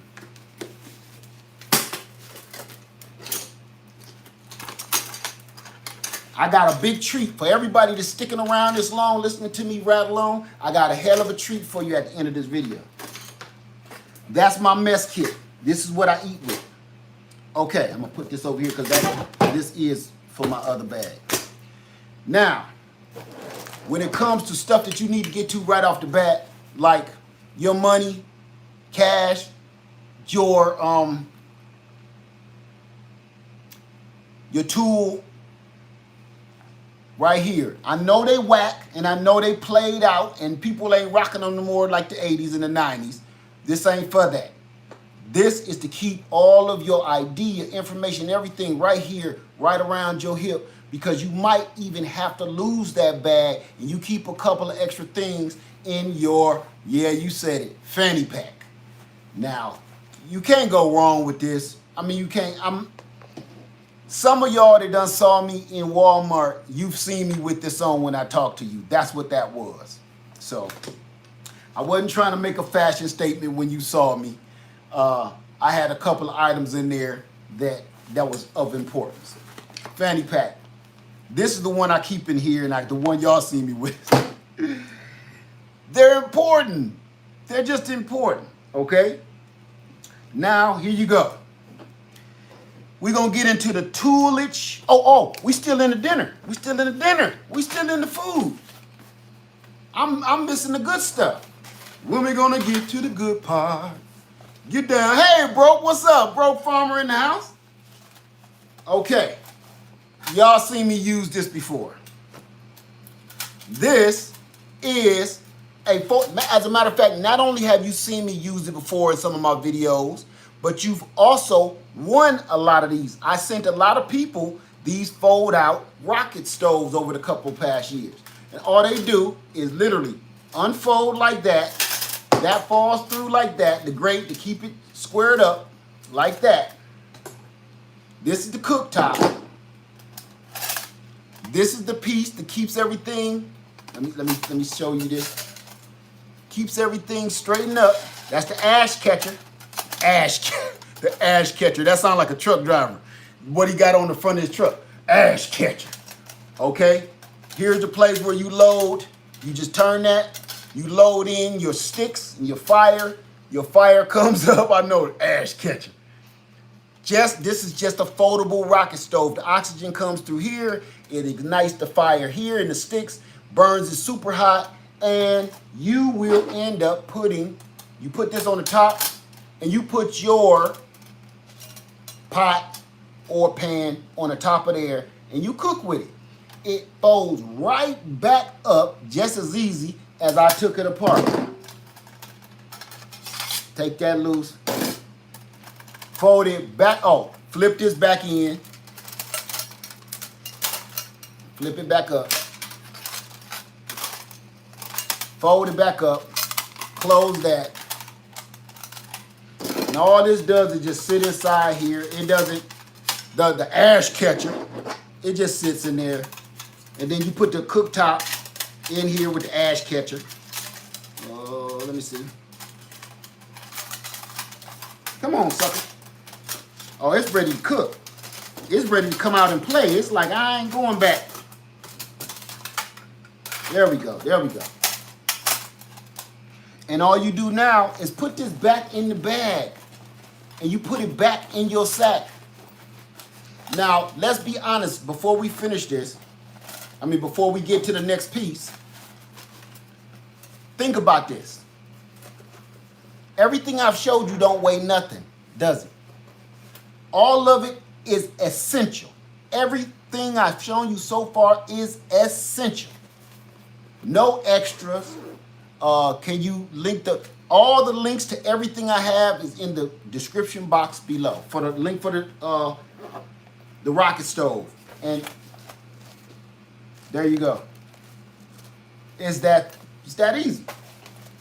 So now we're finally done with the mess hall of this. Now, time to get to the good part. Number one, don't leave nowhere without a multi-tool. If you don't have a multi-tool, this may be one of the first things that you mess around and you're gonna need because it has everything in it. Little screwdriver, little Phillips, little flathead, some pliers, some wire cutters, some snips, everything you need in here, some little scissors. I don't care what brand it is. It ain't no particular brand you necessarily need. Just make sure the multi-tool is good working order. Hey, Sunday Backyard Farmer, what's up, brother? Make sure it's in good working order, number one. Number two, make sure that it has all the tools that you need. Every multi-tool is different. You might not need no scissors. You might not want no scissors, but you may want or need a can opener. So you go and look through whatever brand you're looking at and make sure it has all the essential parts and things that you need. Now me, we're going to get into this too. The reason this is the Leatherman Wave, okay? I got several different kinds of Leathermans. They're expensive, they're a little pricey, but damn it, they never let you down. I've had other multi-tools and they get loose and weird. Anyway, you got a knife, but here's the part that I really love. This is the one that I use the most with this. This right here, I kept this and I still do have it in my work bag. This saw is everything. Do you hear me? That's why I like this one. This saw is so sharp and it cuts stuff so quick. Why do I need a saw? Led, why would you need a saw at work? Okay, I'm a mailman. And when I'm driving that doggone truck up to your mailbox and you will not cut that limb and our window is wide open. And as we drive past, that limb comes back and hits us comes in the window, pow! Now I got to scrape bark crumbs off my forehead and blood at the same time. Listen, I know this sounds crazy. That's happened more often than you would ever believe. If you are a postal worker and you are on a mounted route, you know exactly what I'm talking about. That's some bullshit. And I'm just saying, and I ask somebody like, you gonna cut it? Yeah, I'm gonna cut it one of these days. Okay, I'll do it for you. I'll do it for you. And I will pull this out of my bag and reach out that window, put my zipper, cut it, put it on the curb for the garbage. You want this in the trash can? Yeah, okay. And I fold it back up and keep on going. See, being a postal worker, is so underrated. I'm not gonna get on that right now, But I'm telling you, those people are underappreciated. Postal workers are one of the most underappreciated workers out there. I don't care what nobody's saying. If you got anything that oppose what I just said, you have never been a postal worker and you probably couldn't do the job. I promise you that. I promise you that. Now, back to action. You're going to need some sort of multi-tool in your pack, no matter what. I'm not going to get into that yet. You're going to need several kinds of cutting tools. I have several kinds of cutting tools in my pack. I'm not going to get into the details of each and every one of them for what they're for, but you're going to need something where if you have to clean some food that you've caught, I'm watching my words, you're going to need different kinds of tools, different kinds of knives to do the job. For instance, a knife for my protection is not necessarily the best knife to clean a fish or to clean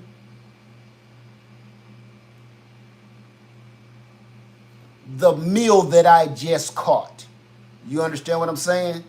So my filleting knife is not good. I mean, you could protect yourself with it, but it's super practical. So I'm gonna keep it moving. The one that you'll use to defend yourself is not always a good one to clean your food. I like this one because you can take that off and you can jam a stick down in it and now it's a spear and I can spear my food.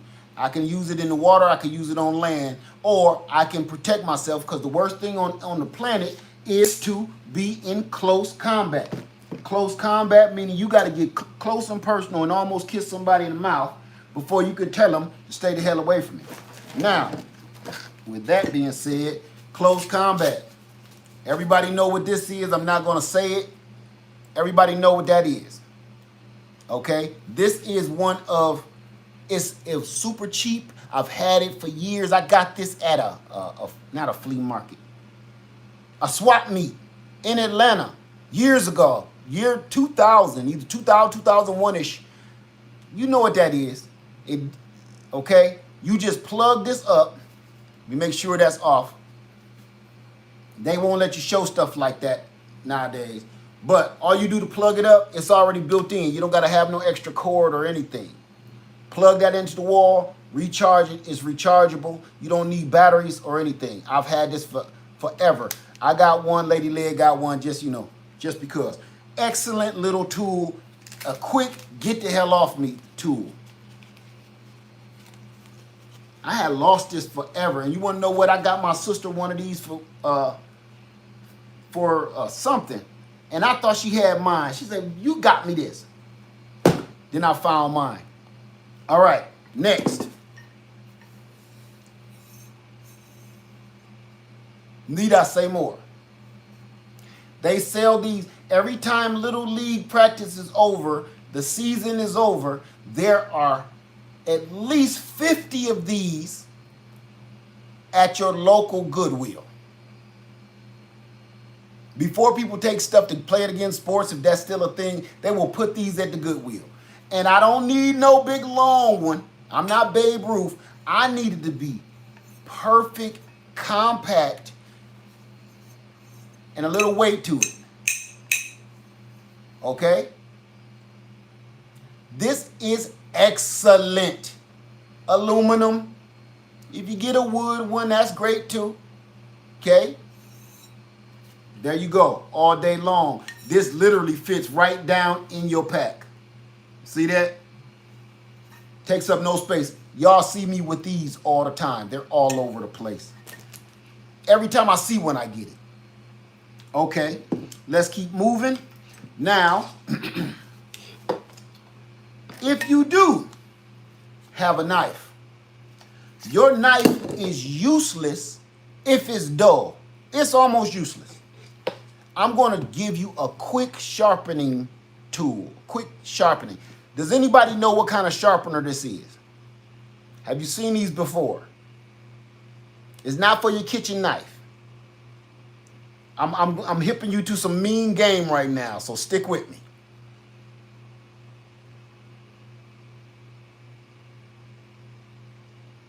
Have one ask.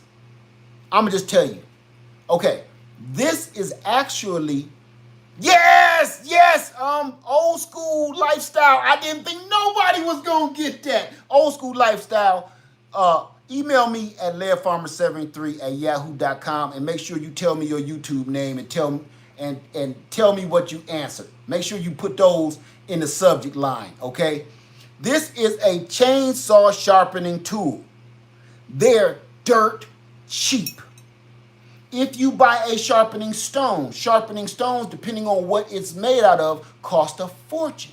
If you buy a cheap sharpening stone, it won't sharpen shit. So I have synthetic sharpening stones. I have all kinds of sharpening stones. Your sharpening stone ain't gonna do nothing for you until you get that edge nice and crispy.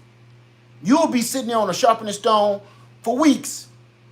You got to get, when you buy any kind of knife these days, they sell it with a dull edge for the safety of whatever establishment you bought it from, whether you bought it online or not. So how to knock that down real quick? Chainsaw sharpener. Chainsaw sharpener. All day. You can't even hardly hear that no more. You know why? Listen. You know why you can't hear it? Because it's already sharp.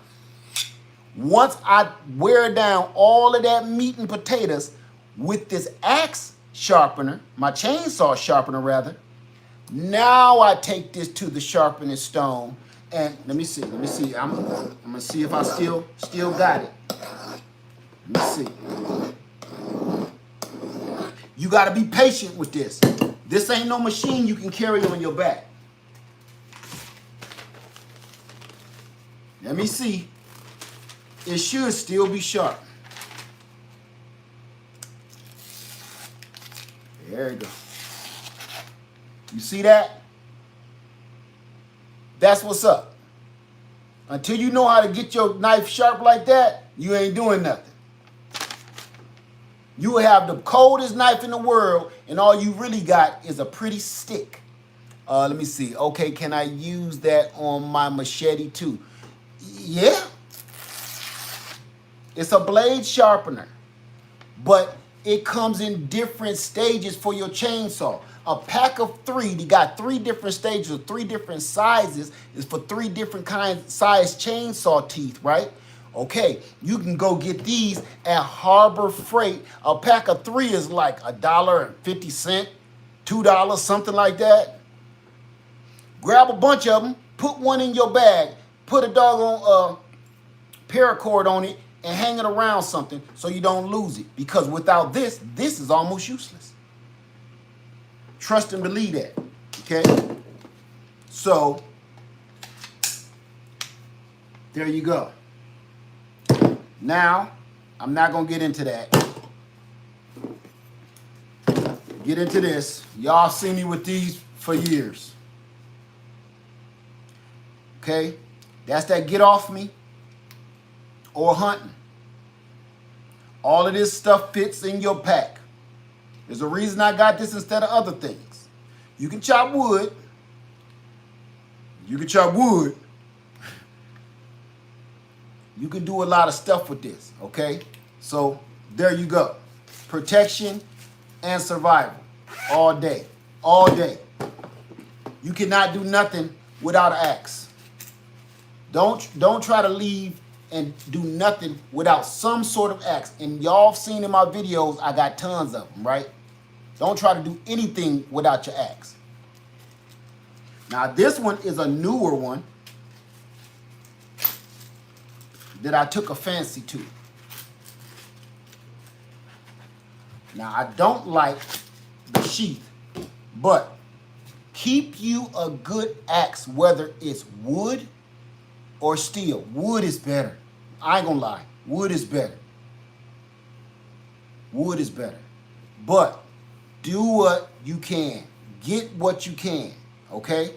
Because this is an all-time get off me, an all-time building tool, all-time. This is everything right here. I would carry this before I even carried this. I'm gonna keep it moving. Now, with that being said, we still chopping and grinding, chopping and grinding, chopping and grinding. Where we go? Let me make sure. Oh, you can't do nothing without a good saw. This is the one you saw me using at camp when me and Lady Leia was at camp. You can't do nothing without a good saw. It does not have to be foldable. It does not have to be foldable, but I have it foldable so it can fit in my pack. So this is a good one, all right? If you can't get it foldable, make sure it does come with a sheath to it to cover these teeth because they are super sharp. They cut as good as or better than my Leatherman Wave saw. They're like identical, this just is a little bit bigger, okay? Some kind of portable saw because you will be cutting. Let's say you're not in a horrible situation. This works just at camp. So I'm gonna keep it pushing. Now, with that, we're still chopping. We're still chopping and screwing, chopping and screwing. We talked about the chainsaw sharpener. You will not have a real chainsaw on your back at all. This is a hand chainsaw, a manual chainsaw that you can put and wrap this around a tree to help you cut that tree down. Please don't try to use this on no big tree. Please don't use this on a big tree. Number one, you'll wear yourself out trying to do something that's stupid. Number two, you might harm yourself because that tree might lean back and fall on you and crush your guts. Don't do that. This is for small time jobs, okay? This is not for you out there trying to remove big trees on your land. All right? Super easy, super cheap. This is stuff that I'm showing y'all that's cheap that I know a lot of people say, I ain't got that kind of money. This is the stuff that you, listen, come on now. You can't lose none of this. These are all different ways. Just like I got a billion different ways to start a fire, I got a billion different ways to collect wood, chop wood, and it helps you, it protects you.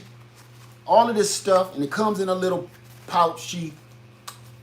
You can put that on your belt or put that in your bag. I just leave it in my cutting bag. All right, now I'm gonna say this, then we're gonna move on out of here. This is one, y'all have seen me with this years ago. This was years ago, me and my son, and I'm not gonna get into this deeply, but slingshot, protection. Not necessarily protection, but to put dinner on the table. I'm gonna say that. Putting dinner on the table. Okay? Bro Allen, I'm gonna tell you this. It's in the description box below who wanted to know about the chainsaw. But with the folding shovel, I have not seen one folding shovel that's worth a crap. I've spent cheap. I went cheap on them, and I've spent a lot of money on them, and they won't do things that I need them to do in my garden. I would never suggest nobody get a folding shovel. Unless it's literally military grade, I wouldn't do it. I wouldn't. I can do the same amount of digging with this machete. I wouldn't bother. They look cool, and I just wouldn't do it. I would take a normal small shovel, if anything. That folding crap, that's super gimmicky, super gimmicky. But a slingshot of any kind whatsoever, it does not have to be this, can get you small game. Okay? Come in a little pouch, don't weigh nothing. So I think we're off of that right now. Yep, we're about there. Okay? Won't hurt to throw in a couple bungee cords in there. This is just throw-ins. Bungee cords have no real reason for it at the very second, but bungee cords help. Flashlight. Get some kind of radio system with NOAA on it. Weather reports. This one has weather band on it from NOAA, AM FM radio, solar flashlight. So this does not have, it has batteries in it, but rechargeable, and it comes through with solar. So as long as that's pointing towards the sun, it'll recharge the batteries inside. It has an alarm system on it that's so loud I'm not going to do it because that drives me crazy. Maybe I should. It might not be charged. It's not all the way charged. So get this. Not only is it solar, not only does it have a NOAA weather band system on it, not only does it have an alarm system on it, but this is the part I think I might like the most. It also has a crank. If something happens to that solar situation or the sun ain't out to give you none, you can crank that power. So you can hear that weather band radio and you can have that flashlight. You crank that a few times and it will give you instant power. Literally instant power. Then you got like a map light, reading light, which you always got to check because you'll leave that on. I love this thing. Here's another one. While you walking through the woods now, let's be realistic. Hands free. You want to keep your hands free as you can. Some kind of headlamp, preferably rechargeable, but do what you got to do. Some kind of headlamp where your hands are free so you can be like this while you're walking in the dark. Hopefully you got some kind of place to go, some kind of camp or something. But if you have to go, you need this. You're working on your engine, something wrong with your car. Both your hands is trying to fix whatever it is you're trying to fix. You can angle that down and you can be seeing what you're doing with both hands free. So having a flashlight is great, but if you need both hands free, you need some kind of headlamp. And I will suggest most of these usually come in a pack of a pack of 2 or 3. Put them all in your bag. All of them. Okay? Now, I'm going to move on. I think we about done. This is one of the simplest things you can get. You know what that is? Chalk and pencils. Chalk and pencils. Chalk and pencils to be able to leave a note to somebody said, I went this way. You can write it on a sidewalk, write it on a building, write it on a piece of paper. You need to leave people, let people know that you are still alive up to this point. You need to let people know this could be bad and this could be good. If you letting people know where you are and you don't know you're being hunted, that could be bad. I try not to think about the negatives, but it's reality. If you really want people to know where you are and you need to leave some kind of trace, chalk is the best. Because let's be honest, you cannot walk down the sidewalk or walk down the street and see, I don't care how crazy the artwork is that some little kid made on the sidewalk or on a building. It's something inside us, that little kid inside us, want to look down at all of those colors. You don't care what it is. Let's be honest. Right? Unless it rains. Yeah, but we got to be real. Okay, so you got to think like this. Unless it rains, right? So let's not take no crayons. We got to think with common sense. You got to try to survive.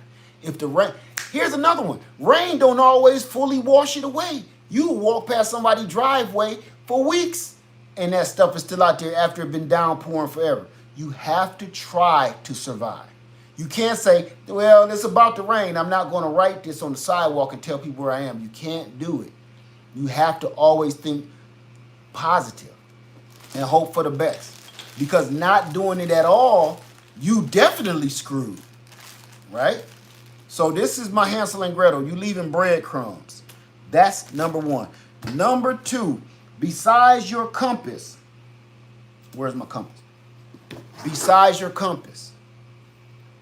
I started doing this because, and I got this in my RV in my house, and I got them right here too. I'm gonna show you. My RV, my house, and in my bags. I'm gonna tell you why. These aren't crayons, these are chalk. That's why, yeah, somebody said they melt easy. That's why I don't do crayons. This is why I keep one of these in every vehicle, and I'm gonna tell you why. I used to have a boat years ago.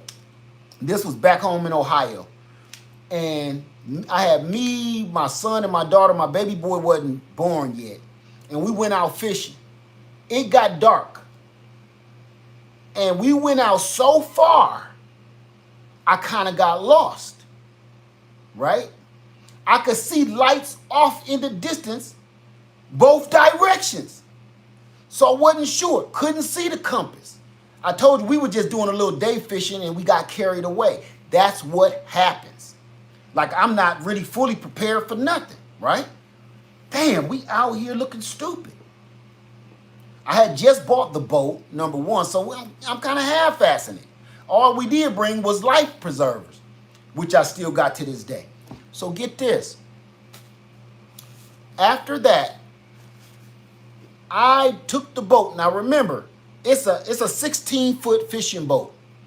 I took us all the way to the lights that I could see in the distance. Come to find out, we end up at this, I think it was like an asphalt refinery. We're at this refinery. So now I know where I am. Now that we're right here by this refinery, which happens to be one of the greatest fishing spots in Toledo, Ohio, if you're from there, home is the whole other direction. So I don't have that much gas. Luckily, I ran out of gas and I had an electric motor on the boat. That got us to the shore. The electric motor, I wore that sucker out, right? This is what I thought that day, and I never looked back. And I'm going to show you the exact thing I bought from that trip, and I still got it. As a matter of fact, I use it every single day, and I'm going to tell you why I use it too. Hold on.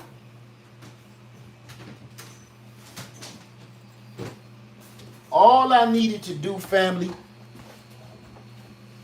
was be able to see. If I had binoculars, I could have saw that refinery in the distance because it's all lit up. And I could see that like, oh, okay. No, that's the refinery. We need to go this way. I'd have been home and had my kids home at the time. I think my daughter was probably, oh my God, they was like little. 14 or 16, my son, no, younger than that. Oh my God, now that I think about it, Lord help us. God was with us that day. So all I needed was some binoculars. After that trip, I woke up the next morning and went and got some binoculars. And I've had these ever since. I've been living in, let me see, that was even before Atlanta. Good God, 2020. That I've had these for over 22 years. I bought it in 1996. I've had these for over 22 years. This set. Look at that. I use these every day to look at the birds and look at the animals out on my land. So this is what I keep in my pack in every vehicle. A monocle. I don't ever want to be lost like that again. Wasting time, wasting resources. I don't have my compass or I can't see it. I want to be, if I would have had this, if I just would have had something this simple, they don't even cost much. I would have been able to not just not waste time, energy, fuel. My kids as babies. I got 2 babies with me. They're hungry. It's dark. I don't know where the hell I'm going. I put us all at risk. And we're on the river. We was on the Maumee River. That's not no little baby river, you know, like Washio Coochie Creek. That was a huge tanker size. Tankers come down this thing river. Okay? This could have saved me time, energy, money, and our safety. If I could have just looked through there.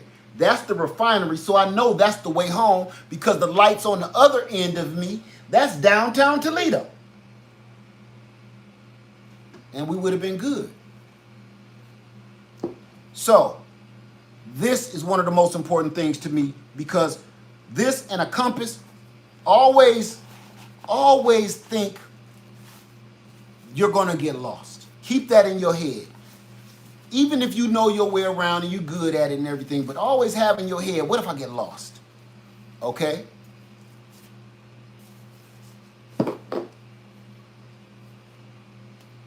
Okay, I was buffering. Any other questions before we go? Because that is it. I got other stuff I could show you. One last thing. Don't go nowhere without a good walking stick. If you're going to be going through some rough terrain, you going up and down hills and little, valleys, have you a good walking stick. You don't need this at all. If you find a good stick, I got a good walking stick out on my porch that I've had for years. Ever since I moved in this house, I cut it from a tree that I cut down on this land when I cleared this land. But a good walking stick, I just got this because it's compact and it fits right down that hole in my pack. It's retractable, any height you need it to be. It has the mud and the snow pocket cup on it and a rubber bottom. So it's retractable. You can make it as any size as you want. And you don't think you would need one of these until you start walking up and down some South Carolina hills. You just don't think you need one of these until you do. And they don't cost nothing. I think this is like 12 bucks or something. So, any questions? That is it, kind of. Any questions, family?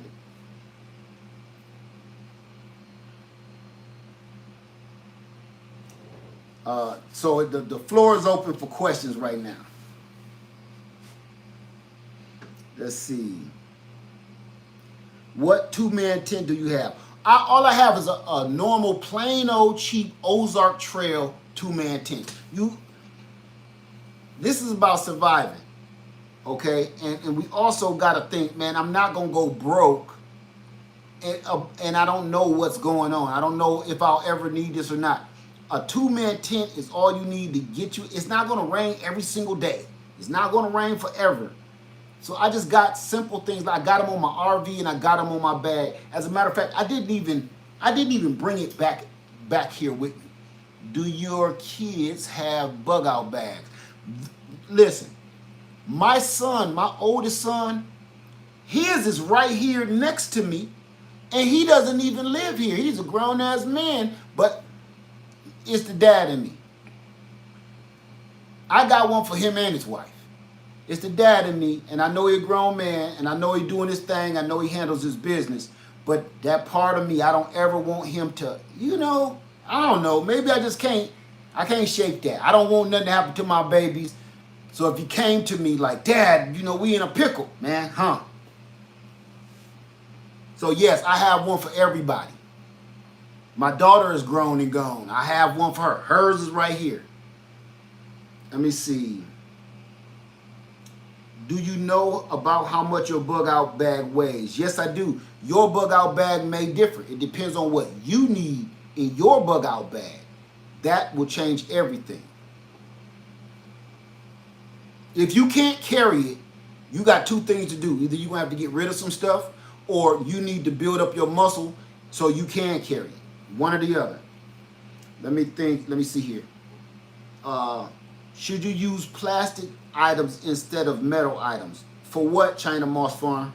Plastic items instead of metal items for what? It's certain things I would use them for and certain things I wouldn't. Let's see here. Do you think small game traps are good? I showed that a little earlier. Yes, I am a trapper. I told y'all, I can't mention that. Yes, and this is one of the best things you'll ever purchase. Trap line. Matter of fact, I got trap line in my fishing bag. It's easy to make them. You sit down. Let me just show you. Let me just show you what I already have made, okay? And I'm gonna show. I'm not gonna get nothing disgusting. Just hold tight.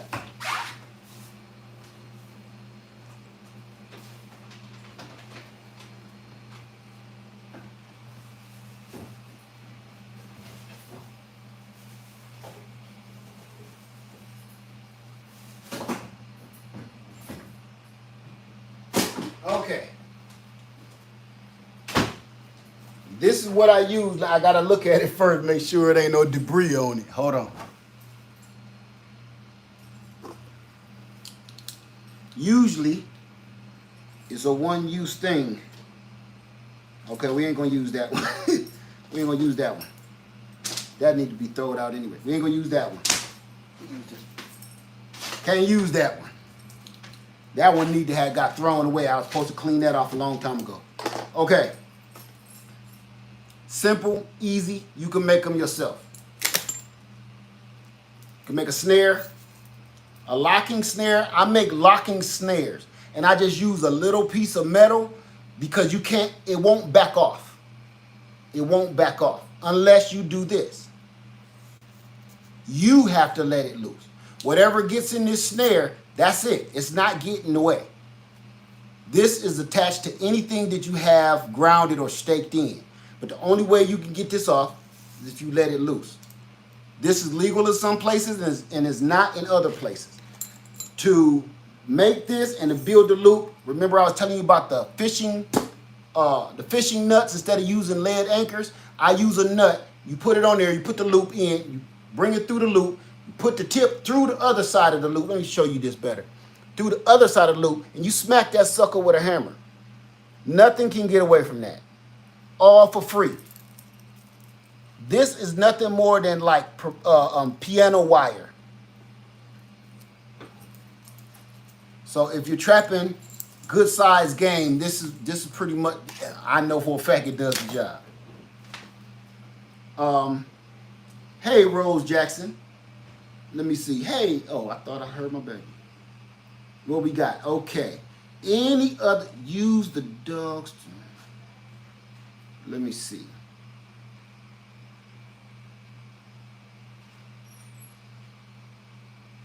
Thank you, James Parrish Photography. Said, thanks for this discussion. I've got some good information from you and the gang to add to my bug out bag. Thank you. See, that's what I want. I'm not the say all, end all, be all of what I have. This is what I have in my bag. This is, maybe you forgot some stuff. Like, remember I told you I thought I was banging on wax, and then the chick hit me with have you ever seen these towel tablets? I said, what the hell is a towel tablet? And when she showed me and I looked it up, oh, that changed the game. That's what I'm here for. So maybe I got something you said, oh, that's right. Do you have a link for newer binoculars? You know what? I'll put that in the link. That's one thing that I did forget about, okay? I will show it to you. You want the single or you want the, I'm sure you want the single. Trust me, it fits in your pack. I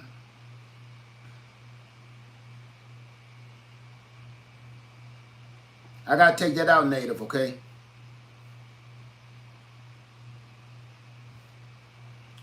What brand is the flashlight defensive knife? Everything is in the description box below. Everything has a link where you click on it, it'll take you right to it. Okay. Not only do I have a backpack myself, but my special needs brothers. Your brothers. You could just say your brothers. You don't want to tell everybody your business, you know.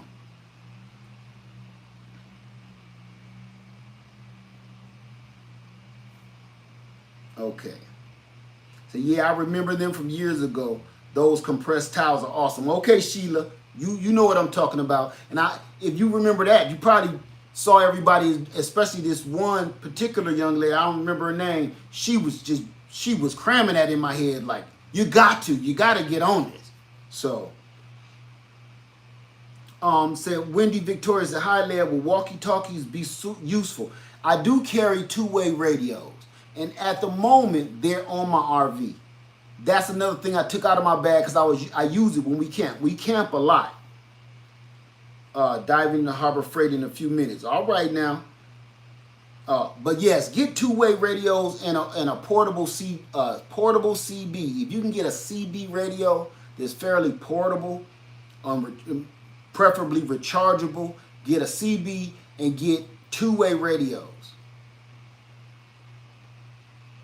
Now, I haven't been trained on my ham radios, so I don't show them no more because that's illegal. You know, I found out the hard way. If you keep on talking, showing them ham radios and stuff, and you ain't got no license for them, they can lock you up for that. So I do have ham radios, but I'm not licensed to use them, nor will I show them anymore. I showed them a long time ago. I won't do that no more. What size bag you use to accommodate your supplies? You have to find the bag that fits you. This is the part the you comes into, okay? You have to get the bag that accommodates you. The bag that accommodates me may not work for you.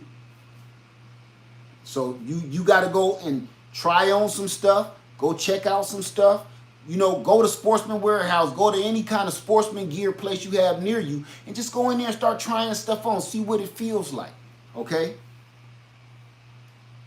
Do you have metal water bottles for boiling water? No, I have a whole metal mess kit that we showed earlier. You can also use, if you eat a can of beans, you can use the can. You drink some coffee, don't throw the can away. You could do it in that, okay?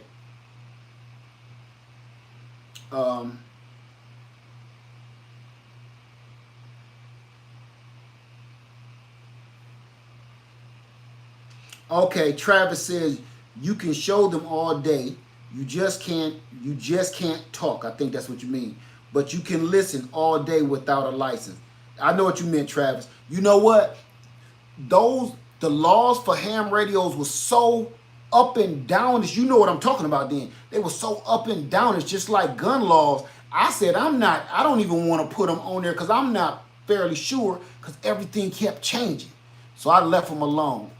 But I thank you for the information. Somebody said, let me see what that was. Okay. Keep in mind you want to keep your, okay, yeah. And you said don't make it tactical. I'm gonna be honest with you. I had a question asked of me fairly recently. I was at the tool shop, if you dig what I'm saying. And a specific tool I was looking for, they only had it in desert sand. And I don't get into that. I just don't. Everything I have, every tool I have except for one is black. No, I take that back. And chrome. I got a couple chromes. But they're not for survival. Those are for show. If I know I'm going to be trying to hide and be as inconspicuous as possible, it's all black. Everything is black. Keep it all black. I got tools on the side of me now, all black. And that's the one that I left out, and I'm not going to talk about it due to the circumstances here on YouTube. But I'm just going to say, in this situation, what tool would I carry? What tool would be the one I carry? If I know I'm not coming back home, I ain't going to be able to make it back home, and I don't know what's going to happen next, it will be a 22. It would be a 22, preferably my Ruger,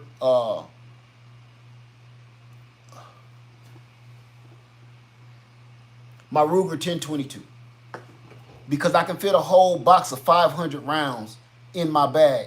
You're not going to do that with 9, 45, 48, 40, 45 ACP. You're not going to do that with any other round. You're just not. And people will say you can't hunt with that. Yes, you can. I've done it. I do it. You can't take large game with 22. Yes, you can. And everybody that says that, you're just a terrible shot. Question, is a push cart a no-no for carrying heavy backpack? I'm going to let you Google that one, okay? A push cart. I'm going to let you Google that and see if that's a good idea. Then let me know how that work out so I know what to tell people. Black Gun says you can carry thousands of rounds of 22 LR very lightweight. Amen. Amen. And that's what I do. Now, I got 2 separate ones that I will carry. That 22 is all day first. If I had to lose one of the 2, I would lose the other one and keep the 22. After that, I carry a 12 gauge. Everything else to me does not matter. Everything in between, I don't care about what people say or think. I know exactly what I have done. I have lived. And 22 and 12 gauge is the say all end all to me. I don't care about no other rounds. Anything in between that, yes, that's good for street protection and everything else. That 12 gauge gonna take down a bear. It's gonna take down heavy game. That 22 will do the exact same. And look, if you take a 12 gauge and try to hit a small game, you're gonna just blow it up into confetti.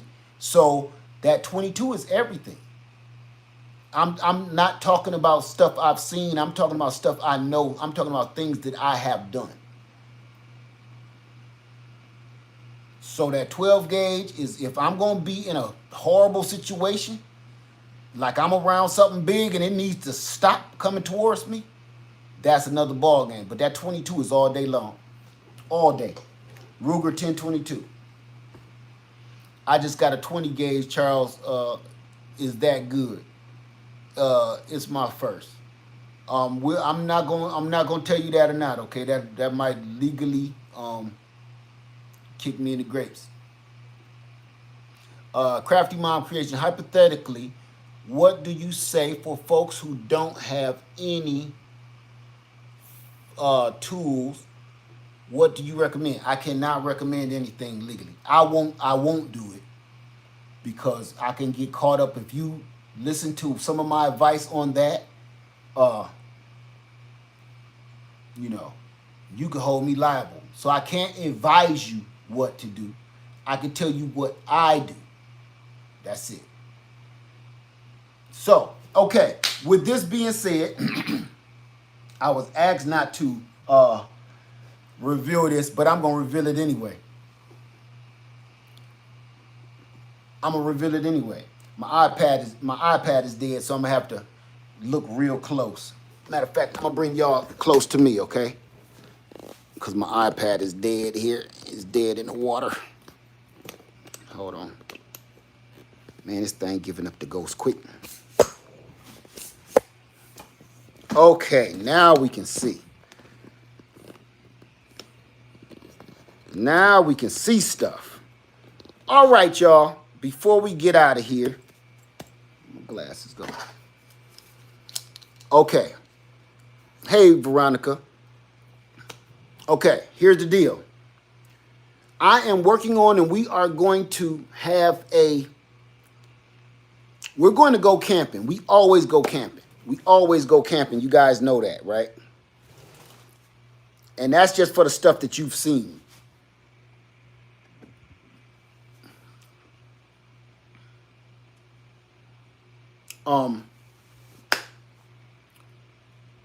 I want us all to get together.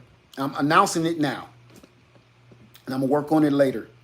I want us all to get together somewhere, and I have a place in mind, if I can, and I want us all to come together and camp. I want to go camping with you guys, and no RV, though. We're going to practice our preps for real together. Together, not on the internet. I'm talking about a meetup where we literally all use what we have. Here's the thing, the stipulations. Me and Lady Led been talking about this all morning. I said I'm going live, and I told her what I'm going to do. And we came up with this morning. I want to go camping together, all of us. We all meet up. So I haven't worked out the bugs yet and the reservations for the sites or anything like that. But here's the stipulations. You cannot use an RV. I will not be in my RV. I will be in our tent. You can use any size tent you want. You can use any tent you want. I don't care. We ain't going that hard. But here's the deal. Here's the stipulations. We can only cook with what you bring. Meaning, we're going to do 2 different ways. Without an RV, I'm afraid. Okay. We're going to do it two different ways. One, stuff that you're using in your vehicle. Then maybe night two, you can only use what you have in your pack. You can only use, thank you, Beast Mode, and somebody else. Thank you, Beast Mode, and awesome information. Thank you, Miss Wisdom. Thank you for that. You can only use what's in your pack. So this is going to tell you how sweet you need to pack that pack. Do you have everything? Do you have too much? And that's all we're going to use. We're going to cook with what's in our pack. We're going to cook the food that we bring in our pack, not in your vehicle. You can't sleep in your vehicle. Whatever food you have in your pack, whatever you have to cook and start a fire and get whatever utensils you have, it has to literally come out of your bug out bag. It cannot be in the vehicle at all. The reason I'm doing this is to see and to help you see, could you really do this? And if you start to feel like I can't do this, you got some thinking to do. You got some soul searching to do, right? What about using what we find in the scavenge? Yes, yes. Whatever you find in the area, whatever you scavenge, whatever you find in the campsite, whatever you find on the grounds inside of the campsite, it's all open game. It's all free. That means if you go fishing, you catch fish, you're going to cook fish, right? Now, here's another one. And I'm making up rules as I go now. I got to let Lady Led know all of this stuff. Wait, let me write this down. This is some good stuff. Maybe you caught 5 fish, right? Maybe you caught 5 fish. I can't find my pen. The group next to you didn't, the family next to you didn't catch nothing. You can share your food with them. Here's the other thing. We're all helping each other. It's not a competition. It's not a contest.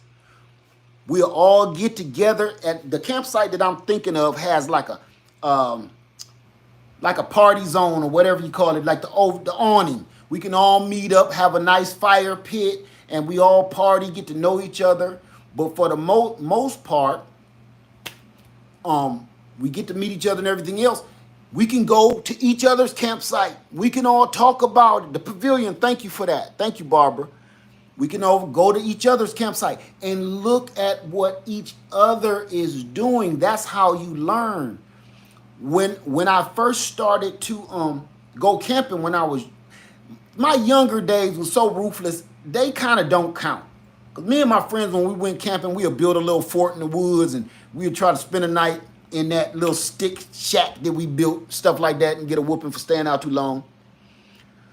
Camp stove allowed, cooler, power stations.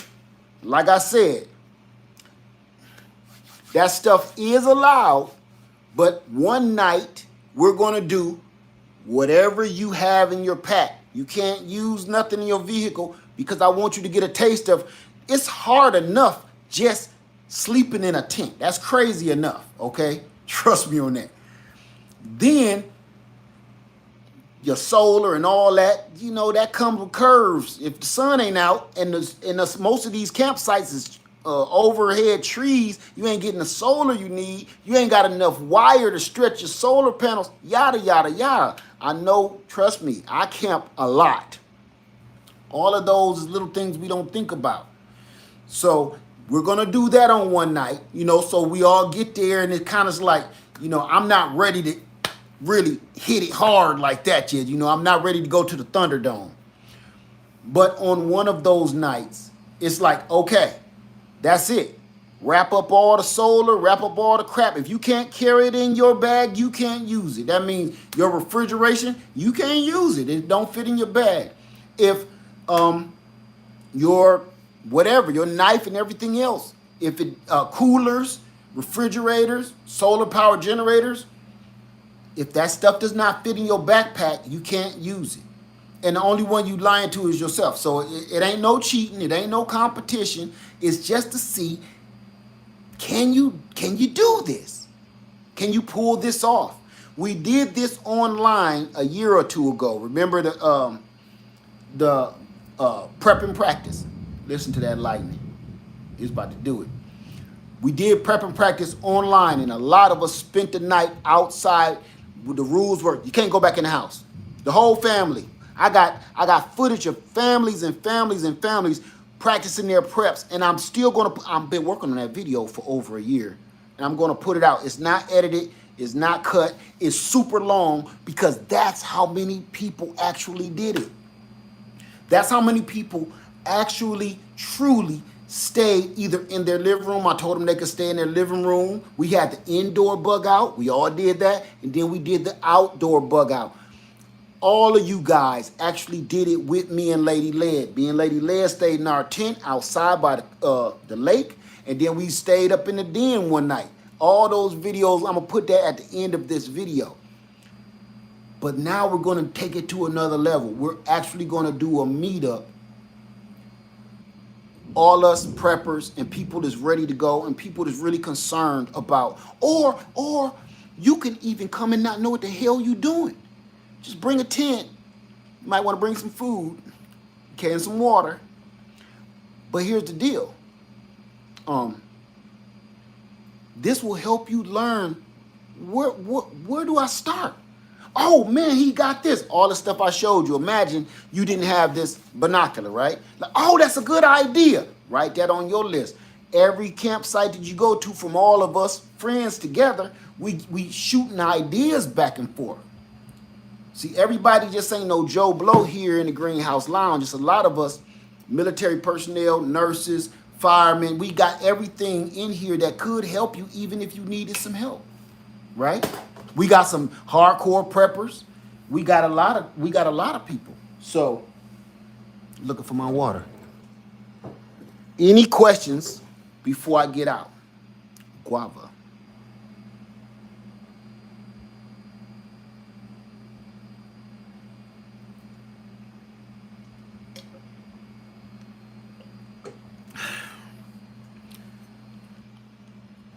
Let me see. Thank you, Crafty Mom. I don't know where it's going to be. I don't know where it's going to be. We were just shooting it around this morning. I would like it to be here in South Carolina. Will tent be considered exception? Nope. If your tent can't fit in your pack, then yeah, no. No, I'm not going to do that to you. I'm not going to do that to you. I'm not going to do that to you because the other nights we ain't going to be doing that. Whatever size tent you want, whatever kind of tent you want. I'm not going hard like that. That's a little doing too much. So whatever size tent you would like, that's part of the, you can add that into. Like I said, I'm just shooting it around. It's not nothing set in stone, but it's definitely going to happen. Definitely going to be hopefully this year. I'm talking about, December is January right around the corner. I'm trying to do it this year. What I would like to do, though, is from experience, I know sleeping in a tent when it's sweltering outside is one of the most miserable things you could do. So if we can get into a little bit of extra fall weather, you will have a couple of things going for you if you are here in South Carolina. Number one, the fish is running. You can catch a lot of fish even if you don't know what you're doing. I can teach you how to fish if you don't know what you're doing, and you'll probably catch something in the fall. And the temperature is down and more bearable. Even if it gets super hot in the daytime, it'll be cool in the evening and cool at night. So you can have that'll be one less thing you got to worry about in a tent. Okay, can you attach items to the outside of the backpack? Yes, long as you can carry it. Yes. Can we do an indoor bug out again? No, we're on a whole nother level right now, okay? That's not stopping you from doing one, though. That's not stopping, what did I say, inside the pack. Whatever you can carry on y'all, come on, you got to use common sense now. It's an emergency. Whatever you think, if your car broke down and you needed to use your bug out bag, Yes, you can carry stuff on the bag, but then you talking about, I can carry this Bourgeois refrigerator freezer. Now you're getting ridiculous. This is realistic though, as possible. Okay. Have you made videos on how to prep?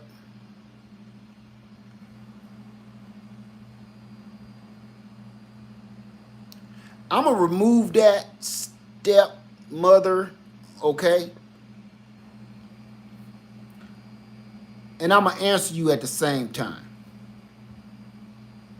How do you prepare if that were to happen? I said it earlier in the book. No, I'm not gonna go underground in no shelter. No, I'm not gonna dig a hole with a bunch of buses that I buried under the ground. No, I'm not gonna wear no spaceman suit. If they actually do something that catastrophic, we gotta use our heads. We gotta be smart. If they're gonna do something that catastrophic to us, there ain't no bomb shelter that can help you. There is no Mylar suit you can wear that's going to help you. If that happens, this is the level. Once I get to that level, I don't prepare for that. People talk about, what about solar flares? What about them dropping a bomb? Some things, man, we don't have control of. Prep and pray. Thank you, Jeannie. Prep and pray. The rest, that's ridiculous. The rest is ridiculous. Thank you, Grammy Ya.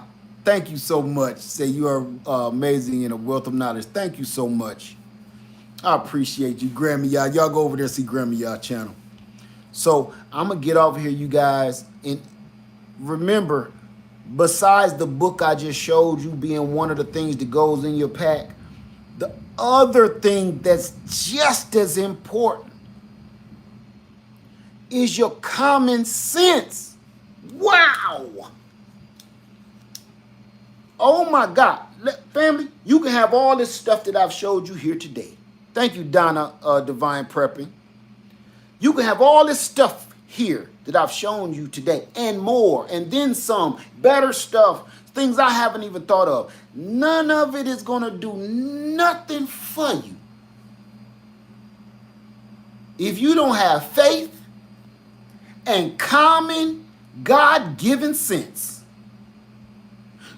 You could have faith and no common sense. You might end up in a ball of stuff. Because if you ain't got no common sense to tell you it's a snake, let me get close to it and see if it's poisonous. It don't look poisonous. No!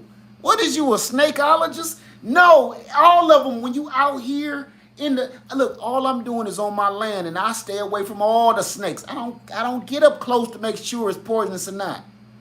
Common sense. Oh, this one is fine. Look, I picked it up and, I'm sleepy.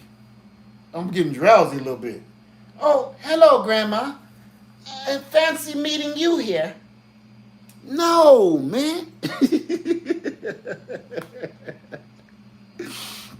No. Common sense say, man, leave that alone. Common sense say, you about to try to rock climb down this sheer mountain face. No. Have you ever done that before? No. Yeah, you might want to find another way down. Instead of trying to freehand rock climb. Thank you, bro Allen. You got some rope? Did you get the paracord that I told you? But we got to use our common sense and have faith in God, or it's going to start going bad for you real quick anyway. All right? So me and Lady Led is going to hammer out the details. I say that, but I'm going to let her hammer out the details. And we're going to do that meetup so we can all get together and practice our preps in person. All right. I would say Florida. But that might be, I'm so centrally located, it might be a little rough for everybody, even though it would be beautiful. So everybody, thank you. Have a nice day. I hope we all got a little something out of this. Maybe I reminded you of something that you missing or you don't got or you may need. And that's hilarious, Mary. But you know what I'm saying. That's all we here for. I'm not teaching you anything. I'm just hoping maybe it's something I'm doing that might remind you of something you may need to grab or something you need to do. All right. Yeah, I didn't even think of that, Cynthia. Gator heads. So, all right. Everybody have a wonderful day, a wonderful night. I love you. Be safe. Practice your preps. Prep and pray. I love you. And I'm out.